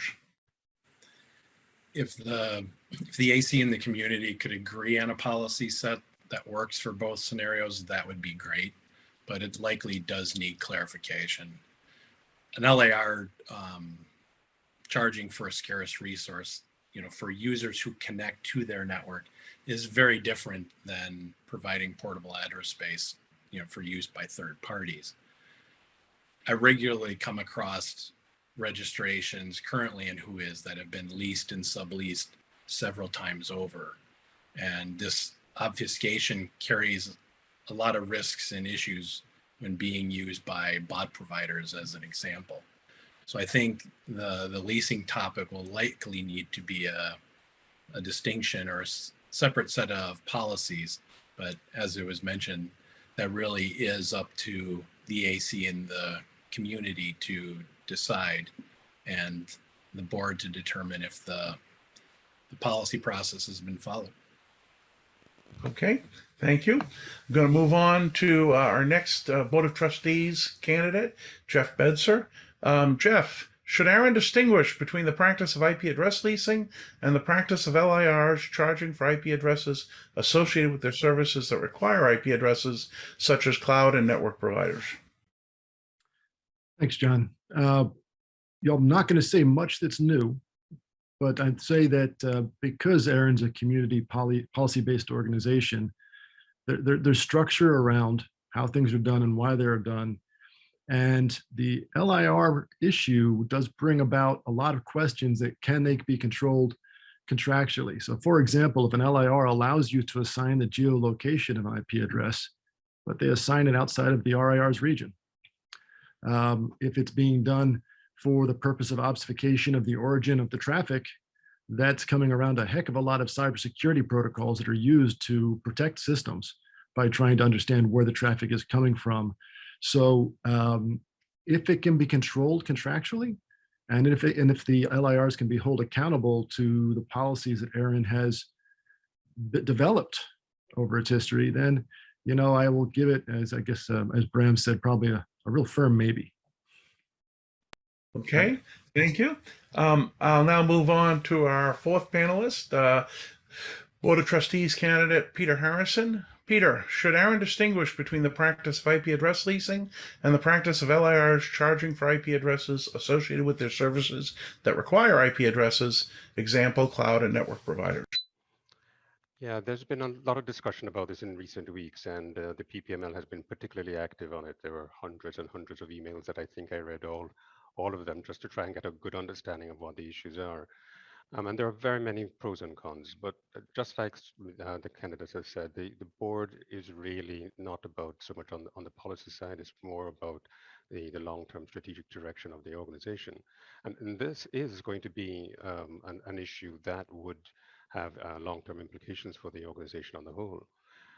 One of the things that I've been wondering about related to this is whether this may be a topic of so much concern to the community that we may need to have a ballot of some sort of a ballot initiative related to it, rather than just to talk about whether or not fundamentally should be done before we start thinking about what particular policies could be done to make sure that it's in effect. Ultimately, it's a member decision, and I think we need to think of ways in which we can address this definitively in future. Thanks. Okay, thank you. Moving on to our final candidate. This is Ron Da Silva. Ron, on the question, should ARIN distinguish between the practice of IP address leasing and the practice of LIRs charging for IP addresses associated with their services which require IP addresses, example, cloud and network providers? Thanks, John. I couldn't help when I first saw this question on the list and to think, oh, this is on the wrong list. It should be over on the AC list, because it is, like everybody said, it is a policy issue. And I think you're hearing all of us come with the same response of, the role of the board is to ensure that the policy issues, the policy process is being followed and the recommendations coming from the AC are implemented.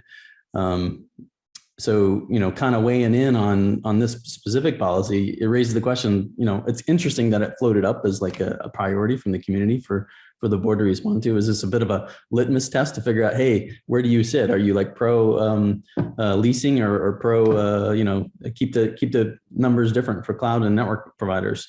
I just personally have no skin in the game. I'm not conflicted with this topic at all. I don't have any opportunity to gain or lose on either side of the decision. And I see, just looking through the discussion on PPML, decent conversations about the pros and cons of either option.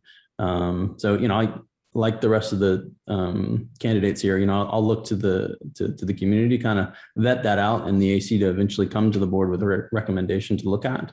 But I think if there's one thing that I would personally love to see come out of that, and I think Jeff touched on this a little bit, and that is better accountability for the data, right? If regardless of how, whatever process is put in place to distinguish leasing versus infrastructure assignments, if the net result is in all cases, we got better data and who is, and better accountability for what addresses are being used where, whether they're in market or whether they're out of market, and whether they're, being used and reused, as long as that's all kind of updated and maintained, I think that would be very valuable, not just to the organization, but to the community and the operators as a whole, especially security practitioners who need that information to understand when there are bad actors, how to quickly identify them and shut them down. So that would be my personal bias on the outcome of the process. So thanks. Thank you, Ron. Okay, that actually concludes all of the questions, the 5 questions selected. I'm going to let each of the candidates wrap up. We have a few minutes left, so each candidate can make 30 seconds to a minute statement of anything they'd like to clarify or anything they'd like to respond to. And I'll take them, I'll actually go in alphabetical order again. So it's going to be you, Bram, 30 seconds to a minute. Is there anything you'd like to add or clarify? Your last comments here. Go ahead. I won't take that long. Just thanks for having me, everyone. It's a pleasure to see a lot of familiar faces and names again. And I hope you'll seriously consider my candidacy. Okay, thank you. Dan Alexander, 30 seconds to a minute. Anything you'd like to add, correct, or say, and final comments? No clarifications. just a definite thank you for all the people who have provided support through this election process. And I'm always available and interested. If you have any feedback, you can definitely reach out to me, and appreciate the consideration for a vote. Thanks. Thank you. Jeff Bedser, anything you'd like to say in closing, clarifications or comments, final remarks?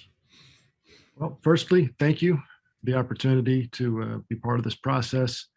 And I think as a message to everyone, you've got 5 really strong candidates here. I don't think you're going to go wrong no matter what the outcome of the elections are.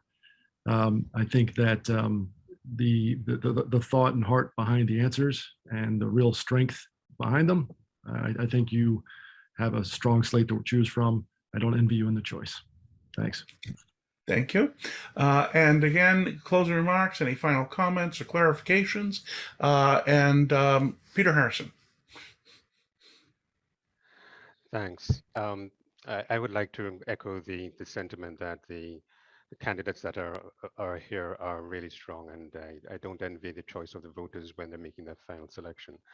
One of the things that I'd like to close with is that the board is really listening to the community. We recognize the fact that we need to be flexible, and the fact that in some areas we need to be a little firmer. We will be discussing this more and more with community consultations that are coming, and I wish all the candidates the best and good luck. Thank you. Okay, and final candidate, final closing remarks. Rhonda Silva, any clarifications, comments, or 30 seconds to a minute? Go ahead. Thank you, John. I feel like I should, I guess, start by just saying, look, I didn't come here to disrupt the NOMCOM process. That wasn't my motivation, and I hope it doesn't come across that way.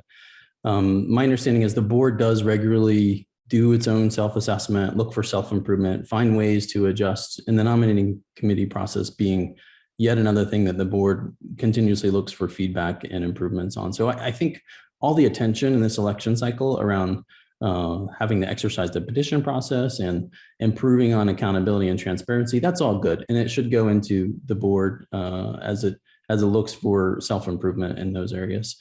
But that's not why I'm here. You know, I bring a lot of experience, a lot of history in ARIN and in the industry and in governance experience. That's really what I'm bringing to the table. Once I think we can take some of this input, make some good adjustments to the process, and then move on. So today, just thank you for your time. Appreciate everybody tuning in, and appreciate your support and ask for your vote. Thank you. Okay, thank you, Ron. At this time, I'd like to give a round of applause to all of our Board of Trustees candidates for their participation in the panel. Wish them all good luck. A round of applause, everyone, for our candidates. Actually, no one can hear anyone but me, but I know you're clapping. And I'll now release our Board of Trustees candidates so we can move on to the AC candidate forum. We're starting a couple of minutes early, but with the number of candidates we have, I actually think that's a good idea. So at this time, ARIN AC candidates, I'd like to remind folks we have, we have some 9 candidates for the ARIN Advisory Council. There are 5 questions that were submitted by the community and prioritized by the community. Because of the number of ARIN AC candidates that we have, I recommend that we go no more than 1 minute per answer. The ARIN Advisory candidates have been given these questions in advance. For the candidate, I will be mute while you're speaking. When you see me come off mute, that's a minute, and you should wrap up promptly so we can actually give everyone a chance to speak. I have made an order here, somewhat random. It matches the list that we published for the ARIN AC candidate when we published the final slate. So with that, I'm going to start right in. The first ARIN AC member to be asked will be Jeffrey Handel. And the questions that we have, the first question. Currently, the community is self-selected and is a smaller but focused group of individuals. Do you think the policy process should be changed to reflect wider stakeholder views that may be less engaged but more representative? Jeffrey Handel, go ahead. Thank you, John. So deliberating in a very large group setting is very hard. So keeping the number of deliberators or talking should be maintained small. But however, this begs an interesting question. Maybe we should provide ways to make it easier and simpler for the members to engage, to provide their opinions. Maybe the methods that we have today, which in full disclosure, I'm not aware of all of them, or may not be as engaging, may not be as easy. So if we find a way to make it easier, more engaging, to provide that input into the meetings for the deliberators, that would be awesome.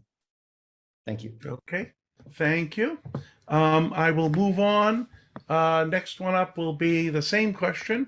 It's to you, Kat Hunter.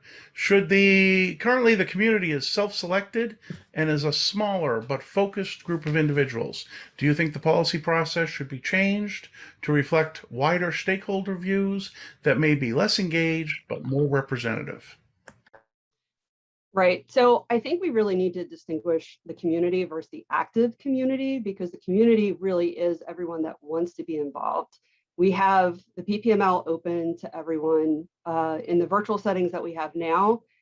We've heard the chair say multiple times, anyone within the sound of my voice can vote. So it is already pretty available and open for the community, but that doesn't mean that we can't make things better. I think the way that we've changed the meetings from hybrid back in the day to hybrid now makes people feel more included. I would love to get rid of the hand raising and do the online voting. We know that that works. But I think the other things that we can do in actual policy is to make all the policy more clear and more easily understandable. More people will feel inclined to participate if they can actually understand what's going on. Okay, perfect. Thank you.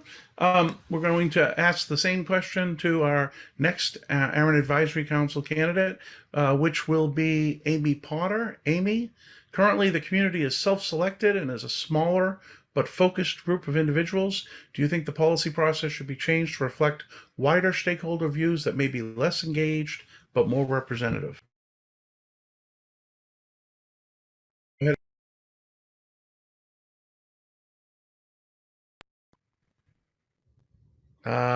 Not hearing Amy. So I would like to see us engage in more outreach.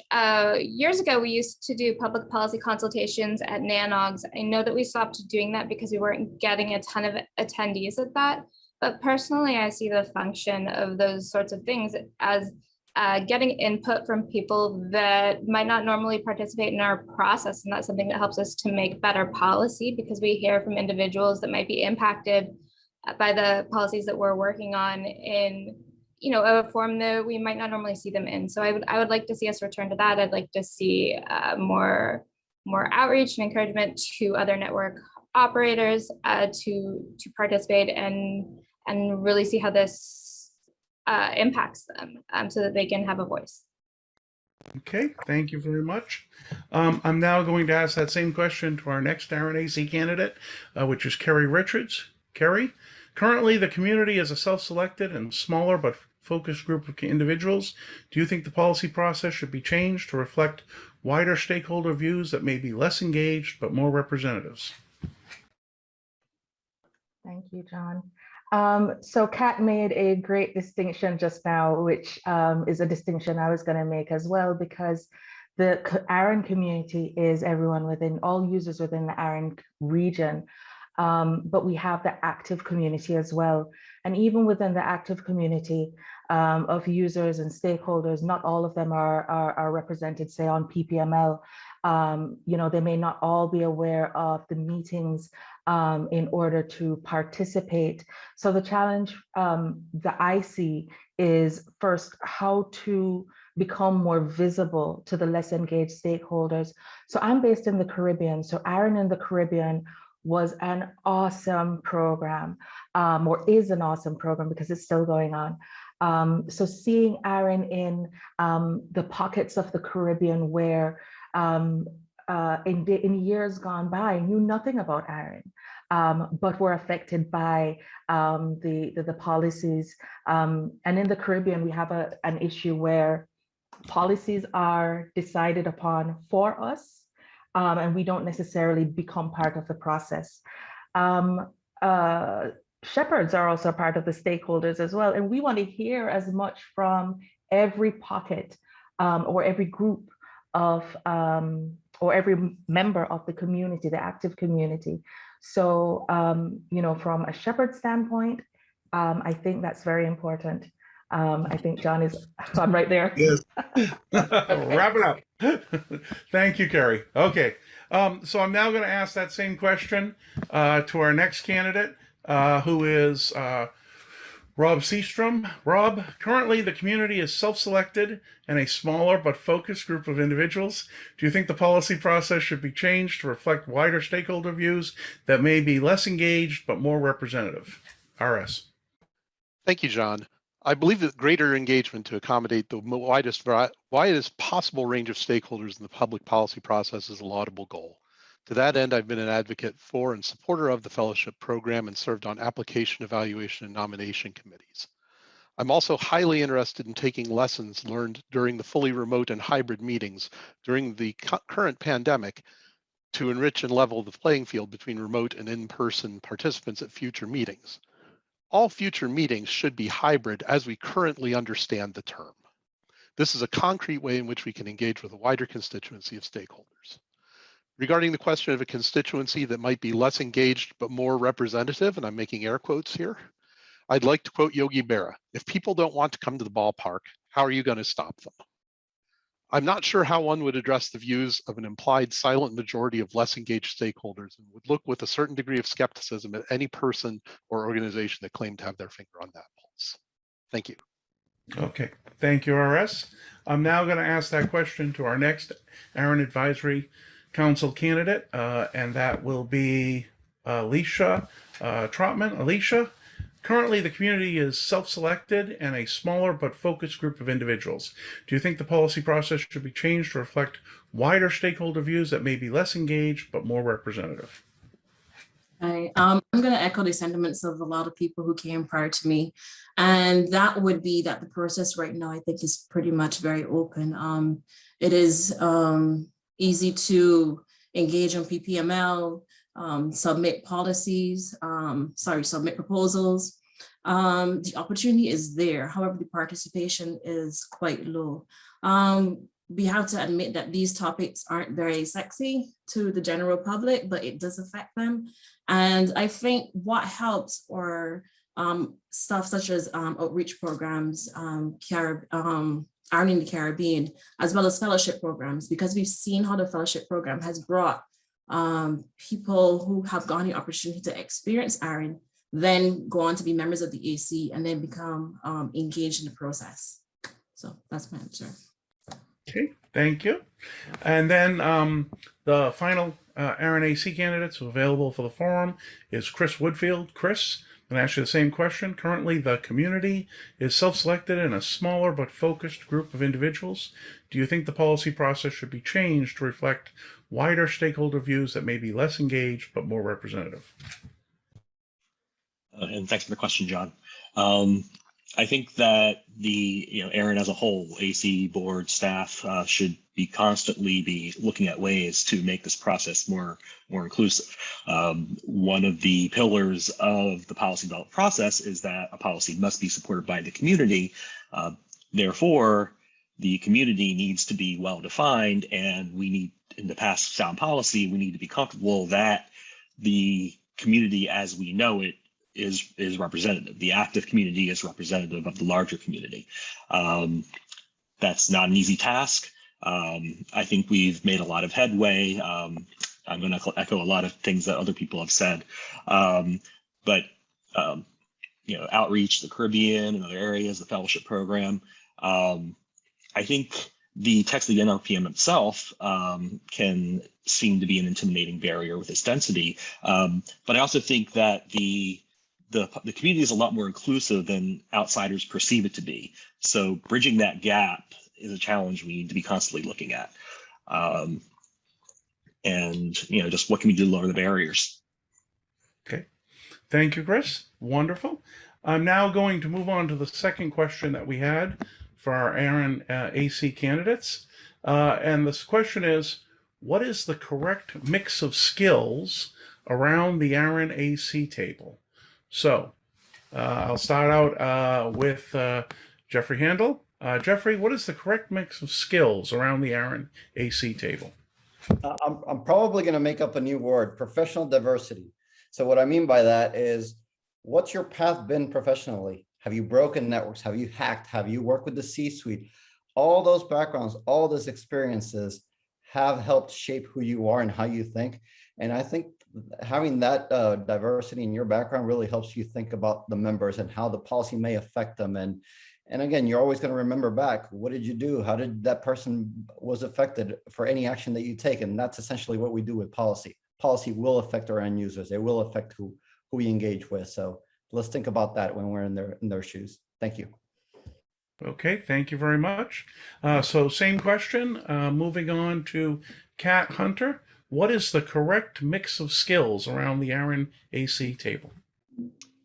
So as vice chair, it actually gives me a great view of what we need and don't need around the table. One thing I can say is, with it being a volunteer organization, we definitely need people that actively participate and want to actively participate. It is volunteer, but it involves a level of commitment to be effective. And if people have voted for you, you should be showing up.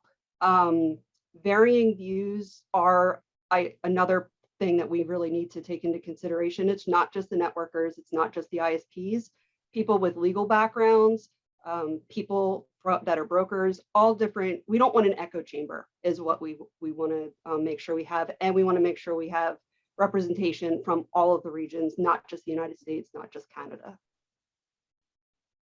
Okay, thank you. Moving on, same question. This will be to Amy Potter. Amy, what is the correct mix of skills around the ARIN AC table? So as my colleagues on here have said, it's important to have a diverse set of skills on the advisory council. We get so many different types of policy proposals that come in, and it's really helpful having a body where there are so many different members with insight into different segments of the industry and the ways that different proposals might impact different groups that some of us might not have thought of. And that's something that's really helpful, and it serves as a nice safeguard to prevent unintended consequences with what we're working on. Okay, excellent, thank you.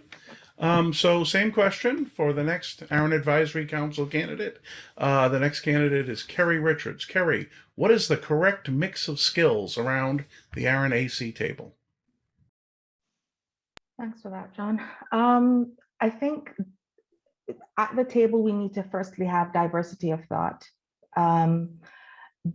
because a lot of these policies have different implications for the various stakeholders.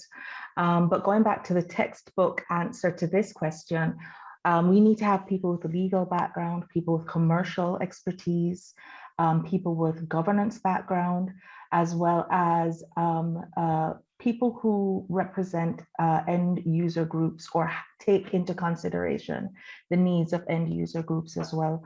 So to me, that's a good mix of the correct mix of skills required at the AC table.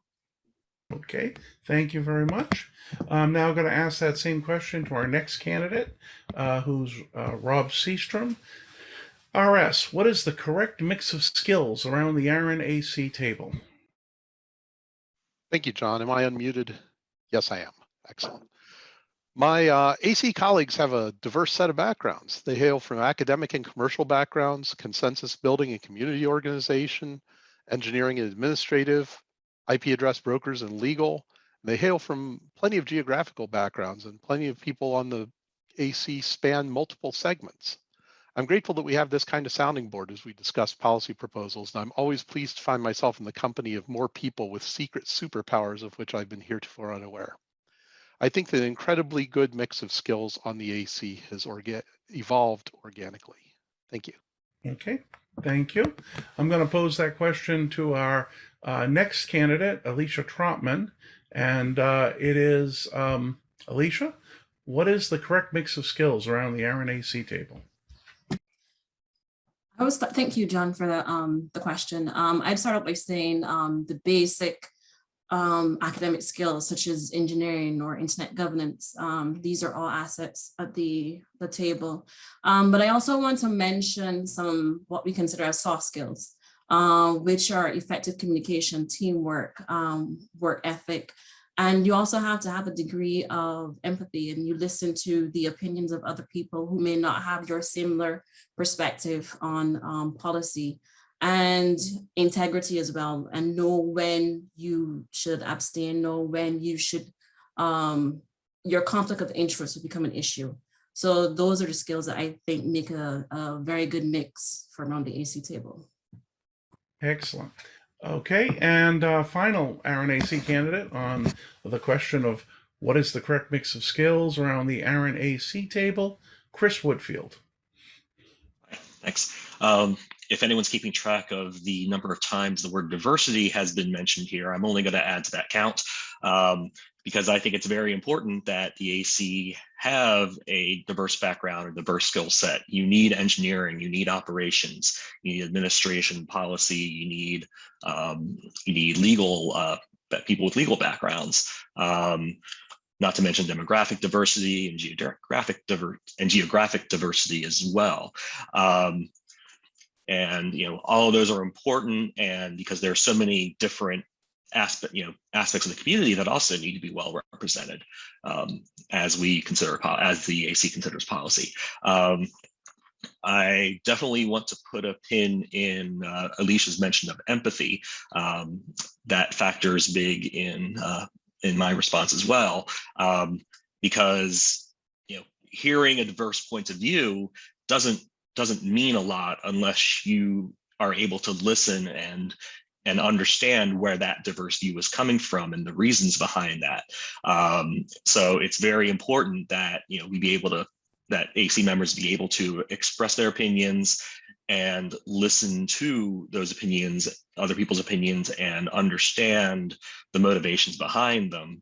Not just listen to the words, listen to the scenes behind the words behind the words. And I think that is very important across the entire AC. Okay, thank you very much, Chris. Okay, I'd now like to move to our next question.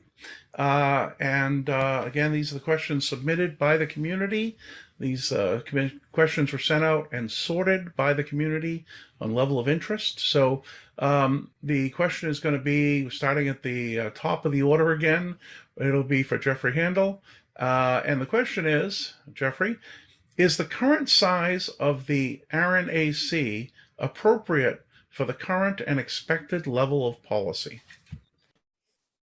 Well, when I first saw the size of the committee being 15, the number kind of blew me away. Because in any formal training that we have, we've always seen how to run effective meetings. It's always a much smaller number. So I don't know how we get deliberation done. But anyway, the fact that we're all volunteers, we can't all be available at the same time, having that diverse background to fill in our strength where we need to, because policy is so diverse, is actually a pretty good reason why 15 is a good magical number. So I would say let's keep the same size and let's see what happens. Thank you. Okay, thank you. I'm now going to ask the same question of Kat Hunter.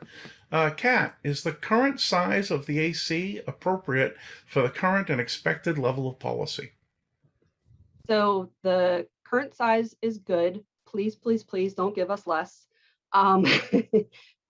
There are, in addition to the policies that we handle, there's also 3 working groups that work very hard on creating policy, going over the PDP, and going over the policy experience reports as well. So even when we're a little light on policy, there is always something to do. So I think the current number is fairly good. Okay, thanks. I'm going to ask that same question of Amy Potter. Amy, is the current size of the AC appropriate for the current and expected level of policy? I think that Kat is absolutely correct about, there's always work to be done, and having 15 people on there, allows us to tackle a lot of different things at once. I also think that this sort of ties back into the previous question, because having that large of a body allows us to have a wider set of skills and expertise and insight into different areas. And I think that that's something that helps us develop better policy. Okay, thanks for the answer. I'm going to pose that same question to Rob Seastrom. RS, is the current size of the AC appropriate for current and expected level of policy? I believe it is. 15 allows for diversity of thought and background without being unnecessarily cumbersome. Okay. Let me move right ahead. Wow, I barely got the clock started on that answer. Very, very concise and clear. Okay, moving ahead, next will be Alicia Trotman. Alicia, same question. Is the current size of the ARIN AC appropriate for the current and expected level of policy? Thank you. I do agree the AC size is appropriate. The docket shrinks and expands constantly. And as Kat would have mentioned, there are other duties that the AC performs, let's say members of the non-com working groups, even mentoring. So there's always work to be done. Okay, excellent, thank you. And then the final ARIN AC candidate, Chris Woodfield. Chris, is the current size of the ARIN AC appropriate for the current and expected level of policy? Right. So when evaluating what size any deliberative body should be, two of the inputs that go in are the expected workload, particularly among a set of volunteers. Everybody has a day job too, as well, and a large enough group that allows for, again, diversity of backgrounds and representation. The other direction, you need to make sure that the body is of a manageable size and is not so large that it can't deliberate and can't get work done. To answer Jeffrey's question, one of the ways that the AC is able to manage Robert's Rules of Order plays a very big role in the AC meetings. So I don't think the current size of the AC is problematic. I'm not aware of any inappropriately heavy workloads among members. I don't think that during my previous time in the AC, things were unmanageable. I could see the value of increasing the size if doing so will provide a greater, again, diversity of its membership. If that allows the AC to bring in backgrounds that don't currently have representation. But I would not advocate doubling the size. Okay. I think we could add some people, but. Okay, thank you very much. Okay, I'm going to now move on to our next question. We might end up with a slightly livelier set of answers here. So again, starting at the top of the order with Jeffrey Handel, our fourth question is, does the design of the ARIN nomination committee favor insiders? Jeffrey? I would say no. I'm an example of it. I'm a total outsider. That's why many of my answers were, hey, I have no clue. I'm starting out. I'm fully disclosing things that I may not know about how ARIN works. I'm one of those people that's moving from not active to active, things like that. So the fact that I'm here and speaking to you as an outsider, I don't think there's any insider things going on. But that prompted me, one more thing, that prompted me to take a look at how the committee is built. And I did notice that there are some overlaps where you can have board members being part of the non-com committee, stuff like that. So that may be a misinterpretation from people, things like that, but no. Oh, okay, thank you. I'm now going to move on to our next ARIN AC candidate, Kat Hunter, and ask that same question. Does the design of the ARIN nomination committee favor insiders? I think the potential is always there, but I think the NomCom has always handled itself fairly professionally. I do think if we were going to change anything right now, if someone's not chosen as a candidate, they don't know why. And I think more transparency there would probably be fairly helpful. Rhonda Silva, I think, had mentioned that earlier. But I think as a whole, I don't think the NomCom really tries to pick insiders only Okay, thank you. I'm going to move on to the next ARIN-AC candidate. That's Amy Potter. Amy, does the design of the ARIN nomination committee favor insiders? I think that there's likely always some benefit to being known by the people that are making these kinds of decisions, whether it's on the non-com or in the election process or really in any other situation in life. I would be lying if I said that I didn't think that it helped in some way to be known by the people making decisions. That being said, I don't necessarily think that some of the current issues we've been discussing are a matter of insiders versus outsiders. I think that we need to have clearer criteria that's being applied, and I think that we need more transparency. But I'm not going to sit here and lie to you and then say that it doesn't help to know the people that are doing it. Okay, thank you. I'm going to move on to our next candidate, who is Kerry Richards. Kerry Richards, does the design of the ARIN nomination committee favor insiders? Thanks for that, John. John, I didn't get to answer question number 3, so I'm just going to give it a couple of seconds if I'm permitted. That's okay. Wait, you didn't get question number 3? I didn't. Oh well, let's rewind. On question number 3, Kerry, I'm very sorry. I have lots of checklists here, but I'm not perfect. So what's your thoughts on the current size of the ARIN-AC? Is it appropriate for the current and expected level of policy? Thanks, John. So yes, I think that because the role on the AC is a voluntary one, and the docket, depending on trends, depending on how close we are to a meeting, depending on various factors, policies are coming in on a regular basis. So I think docket management, the size of the AC is great.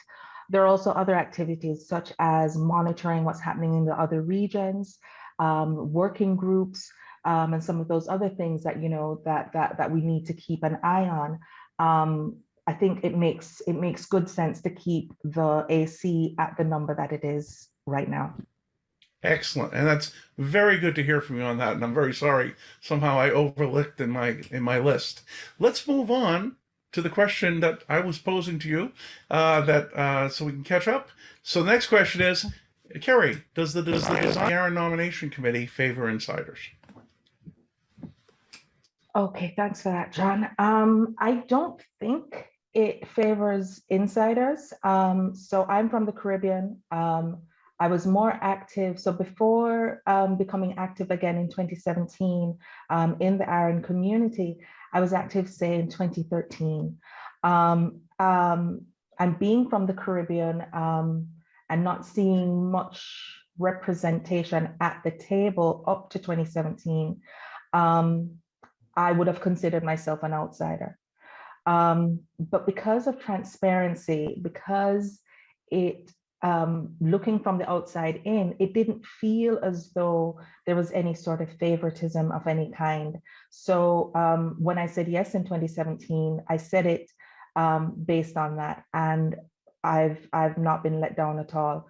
I think the NOMCOM puts together the slate based on published criteria. And I think the only part of that whole process that may be needed is the feedback. Okay, excellent. Very good. I'm going to ask that same question of our next ARIN-AC candidate, Rob Seastrom. Rob, does the design of the ARIN nomination committee favor insiders? So I'll note that 2 people who were not selected by the nomination committee this year would absolutely look like they were insiders to a disinterested external observer, while saying that the lack of transparency that's baked into the way that the NOMCOM operates makes it impossible to say with any degree of certainty whether it does or it doesn't. I have faith in the community's ability to make good choices. I believe it would be an improvement if all candidates were required to go through a petition process and acquire a number of votes and support from members in order to make it to the ballot for the general election. Recognizing that meeting the minimum required number of candidates has been a challenge in prior years, we absolutely need a NOMCOM for the purpose of recruitment, if nothing else. Regardless, anyone who has gone through the trouble of volunteering to stand for election, filling out the extensive questionnaires that are held forth for them, ought to at least be afforded the courtesy of a clear explanation of why they were not accepted onto the ballot if they are not. Thank you. Thank you. Very good. I'm going to now ask that same question to Alicia Trotman. Alicia, does the design of the ARIN nomination committee favor insiders? Thank you. I don't think that it does. However, the events from the results for the Board of Trustees candidates this year, it does show that the community does require changes to be made, specifically in transparency and feedback for the candidates. I do think the NOMCOM, they follow the guidelines and the criteria that are given to them, and maybe that needs to be looked at. Thank you. Okay, thank you very much. And then last candidate for the ARIN AC, Chris Woodfield. Chris, I'm going to ask you the same question. Does the design of the ARIN nomination committee favor insiders? Thanks. You know, note one of the challenges of being the last panelist here is that you're doing a lot of what they said. I personally don't think that the NOMCOM is favoring insiders. If I look at the makeup of, you know, specifically the AC, you know, looking at the makeup of the AC and the current makeup of the candidate slate, I feel pretty comfortable that that there's no inappropriately subjective decisions being made as far as forming the slate. That said, as many have noted, the lack of transparency that's baked into the NOMCOM process, you know, for those unaware, the NOMCOM members are expected to sign an NDA and cannot disclose how many nominees have come in, who've been rejected, unless the nominee itself discloses that. And personally speaking, I'm not aware of any AC nominees that have not made it onto the slate. But the structure and that lack of transparency that's baked into the policy today can absolutely lead to the perception of that.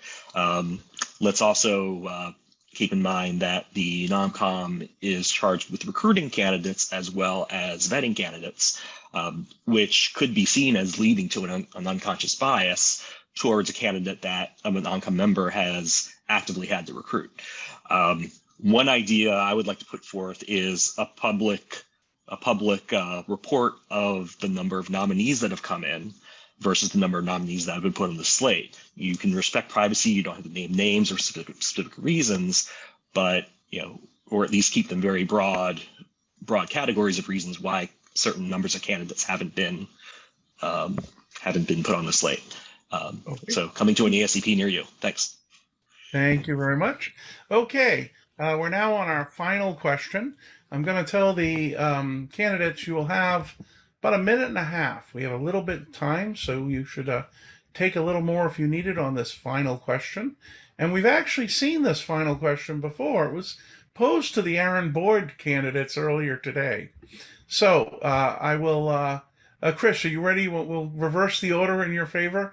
And so you don't have to praise as much. We'll work up the list backwards for this final question. So you have a minute to a minute and a half. The question is, should the NRPM distinguish between the practice of IP address leasing and the practice of LIRs charging for IP addresses associated with their services that require the use of addresses? Example, cloud and network providers. Chris Woodfield. I'll echo something that this is the same question that was posed to the board candidates.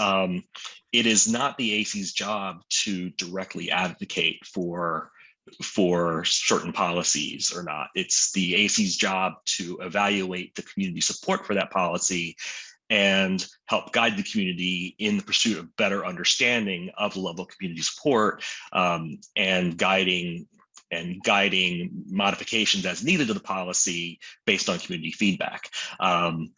That said, I will admit to having personal opinions as a community member. I think that this practice, if officially endorsed and baked into the NRPM, can raise some worrisome side effects when it comes to the dynamics of the market.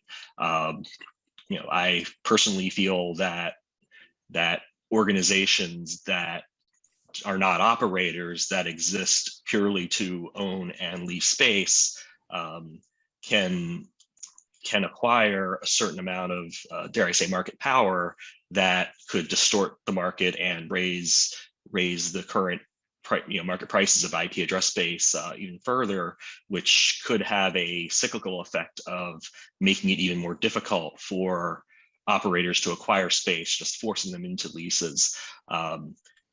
I think that if the community were to support a policy of this style, there would need to be some pretty strong guardrails to make sure that we can stay equitable, make sure that this policy does not have the side effect of removing the ability of smaller players from participating in the IP address market and from running their businesses. We all have the same goal here. We want to be able to run our businesses, small and large, as successfully as we can. And I worry that such a policy could make that more difficult for a substantial number of our community members. Thank you, Chris. Okay, I'm now going to ask that same question to Alicia Trotman. Alicia, should the NRPM distinguish between the practice of IP address leasing and the practice of LIRs charging for IP addresses associated with their services, which require the use of those addresses? Example, cloud and network providers. You have a minute and a half. Go ahead. Thanks, John. I feel like this is a trick question here. I would say this comes down to a lot of different issues, and it has been discussed thoroughly on PPML. And some of the factors that I would bring out is access to services for the use of others. This could lead to the ease of bad actors having access and even tracking the use of IP space from bad actors. I would say we have to, as an AC member, you have to balance the pros and cons, and you have to clarify the implications of such a policy to the community. But I would say, to answer this question directly, I will let the community decide. Thank you very much. I'm going to ask that same question of Rob Seastrom, RS. Should the NRPM distinguish between the practice of IP address leasing and the practice of LIRs charging for IP addresses associated with their services which require the use of IP addresses? Example, cloud and net providers. Go ahead. Thank you, John. Given how many board members pointed out that this is out of scope for the board, I feel compelled to point out that this is in scope for the public policy process. While acknowledging that the AC's role is to develop policy proposals based on community consensus, not to guide it or force through our own thoughts, this question clearly asks for my personal opinion, which is that codifying the practice of leasing out address space and counting that as in use for the purposes of qualifying for more space is a step away from goodness, particularly in terms of registry accuracy and transparency. That said, it is many years since free pool exhaustion. Aside from the waiting list, there is no other place besides the transfer market where prices have gone up over the years to get address space. I'm sensitive to the needs of small and financially constrained organizations and the necessity of a pay-as-you-go model that could be supported by a leasing agency regime, ability to pledge number resources as collateral for a loan in a way that they could be recovered by the lender in the event of a default, or other mechanisms. I am particularly interested in creative approaches to this problem that encourage greatest who-is database accuracy. You, the community, know where to find me, and I welcome nuanced opinions and thoughts on this matter. Thank you. Thank you, RS. I will now move on to our next ARIN AC candidate, Kerry Richards, and ask the same question. Kerry, should the NRPM distinguish between the practice of IP address leasing and the practice of LIRs charging for addresses associated with their services which require the use of those addresses, such as cloud and network providers? Thanks, John, and thanks for that question. And that question sounds as if it needs a bit of tweaking to put through as a policy. And that's what the AC does. We shepherd policy. And putting through a policy like that would mean that it would get a chance to gain further clarity, as well as being ventilated in a structured way through community conversation. And that's what the AC and that's what the shepherds are here to do. I think the question comes from a place of maybe commercial frustration when entities need to move quickly and with few hurdles. But I think that with the work that we've done in the NRPM working group, this is possibly something, a moment or a point of clarity that may need to be examined. But as I said, it needs to go through the proper processes, and it looks as if it could potentially be coming to the docket soon. Okay, thank you very much. I will now ask our next candidate, Amy Potter, the same question. Amy, should the NRPM distinguish between the practice of IP address leasing and the practice of LIRs charging for IP addresses associated with their services, which require the use of those addresses, like cloud and network providers? Go ahead, Amy. Sure. So at present, I'm not convinced that it would be wise or that it's even necessary to codify this kind of distinction into the language of NRPM.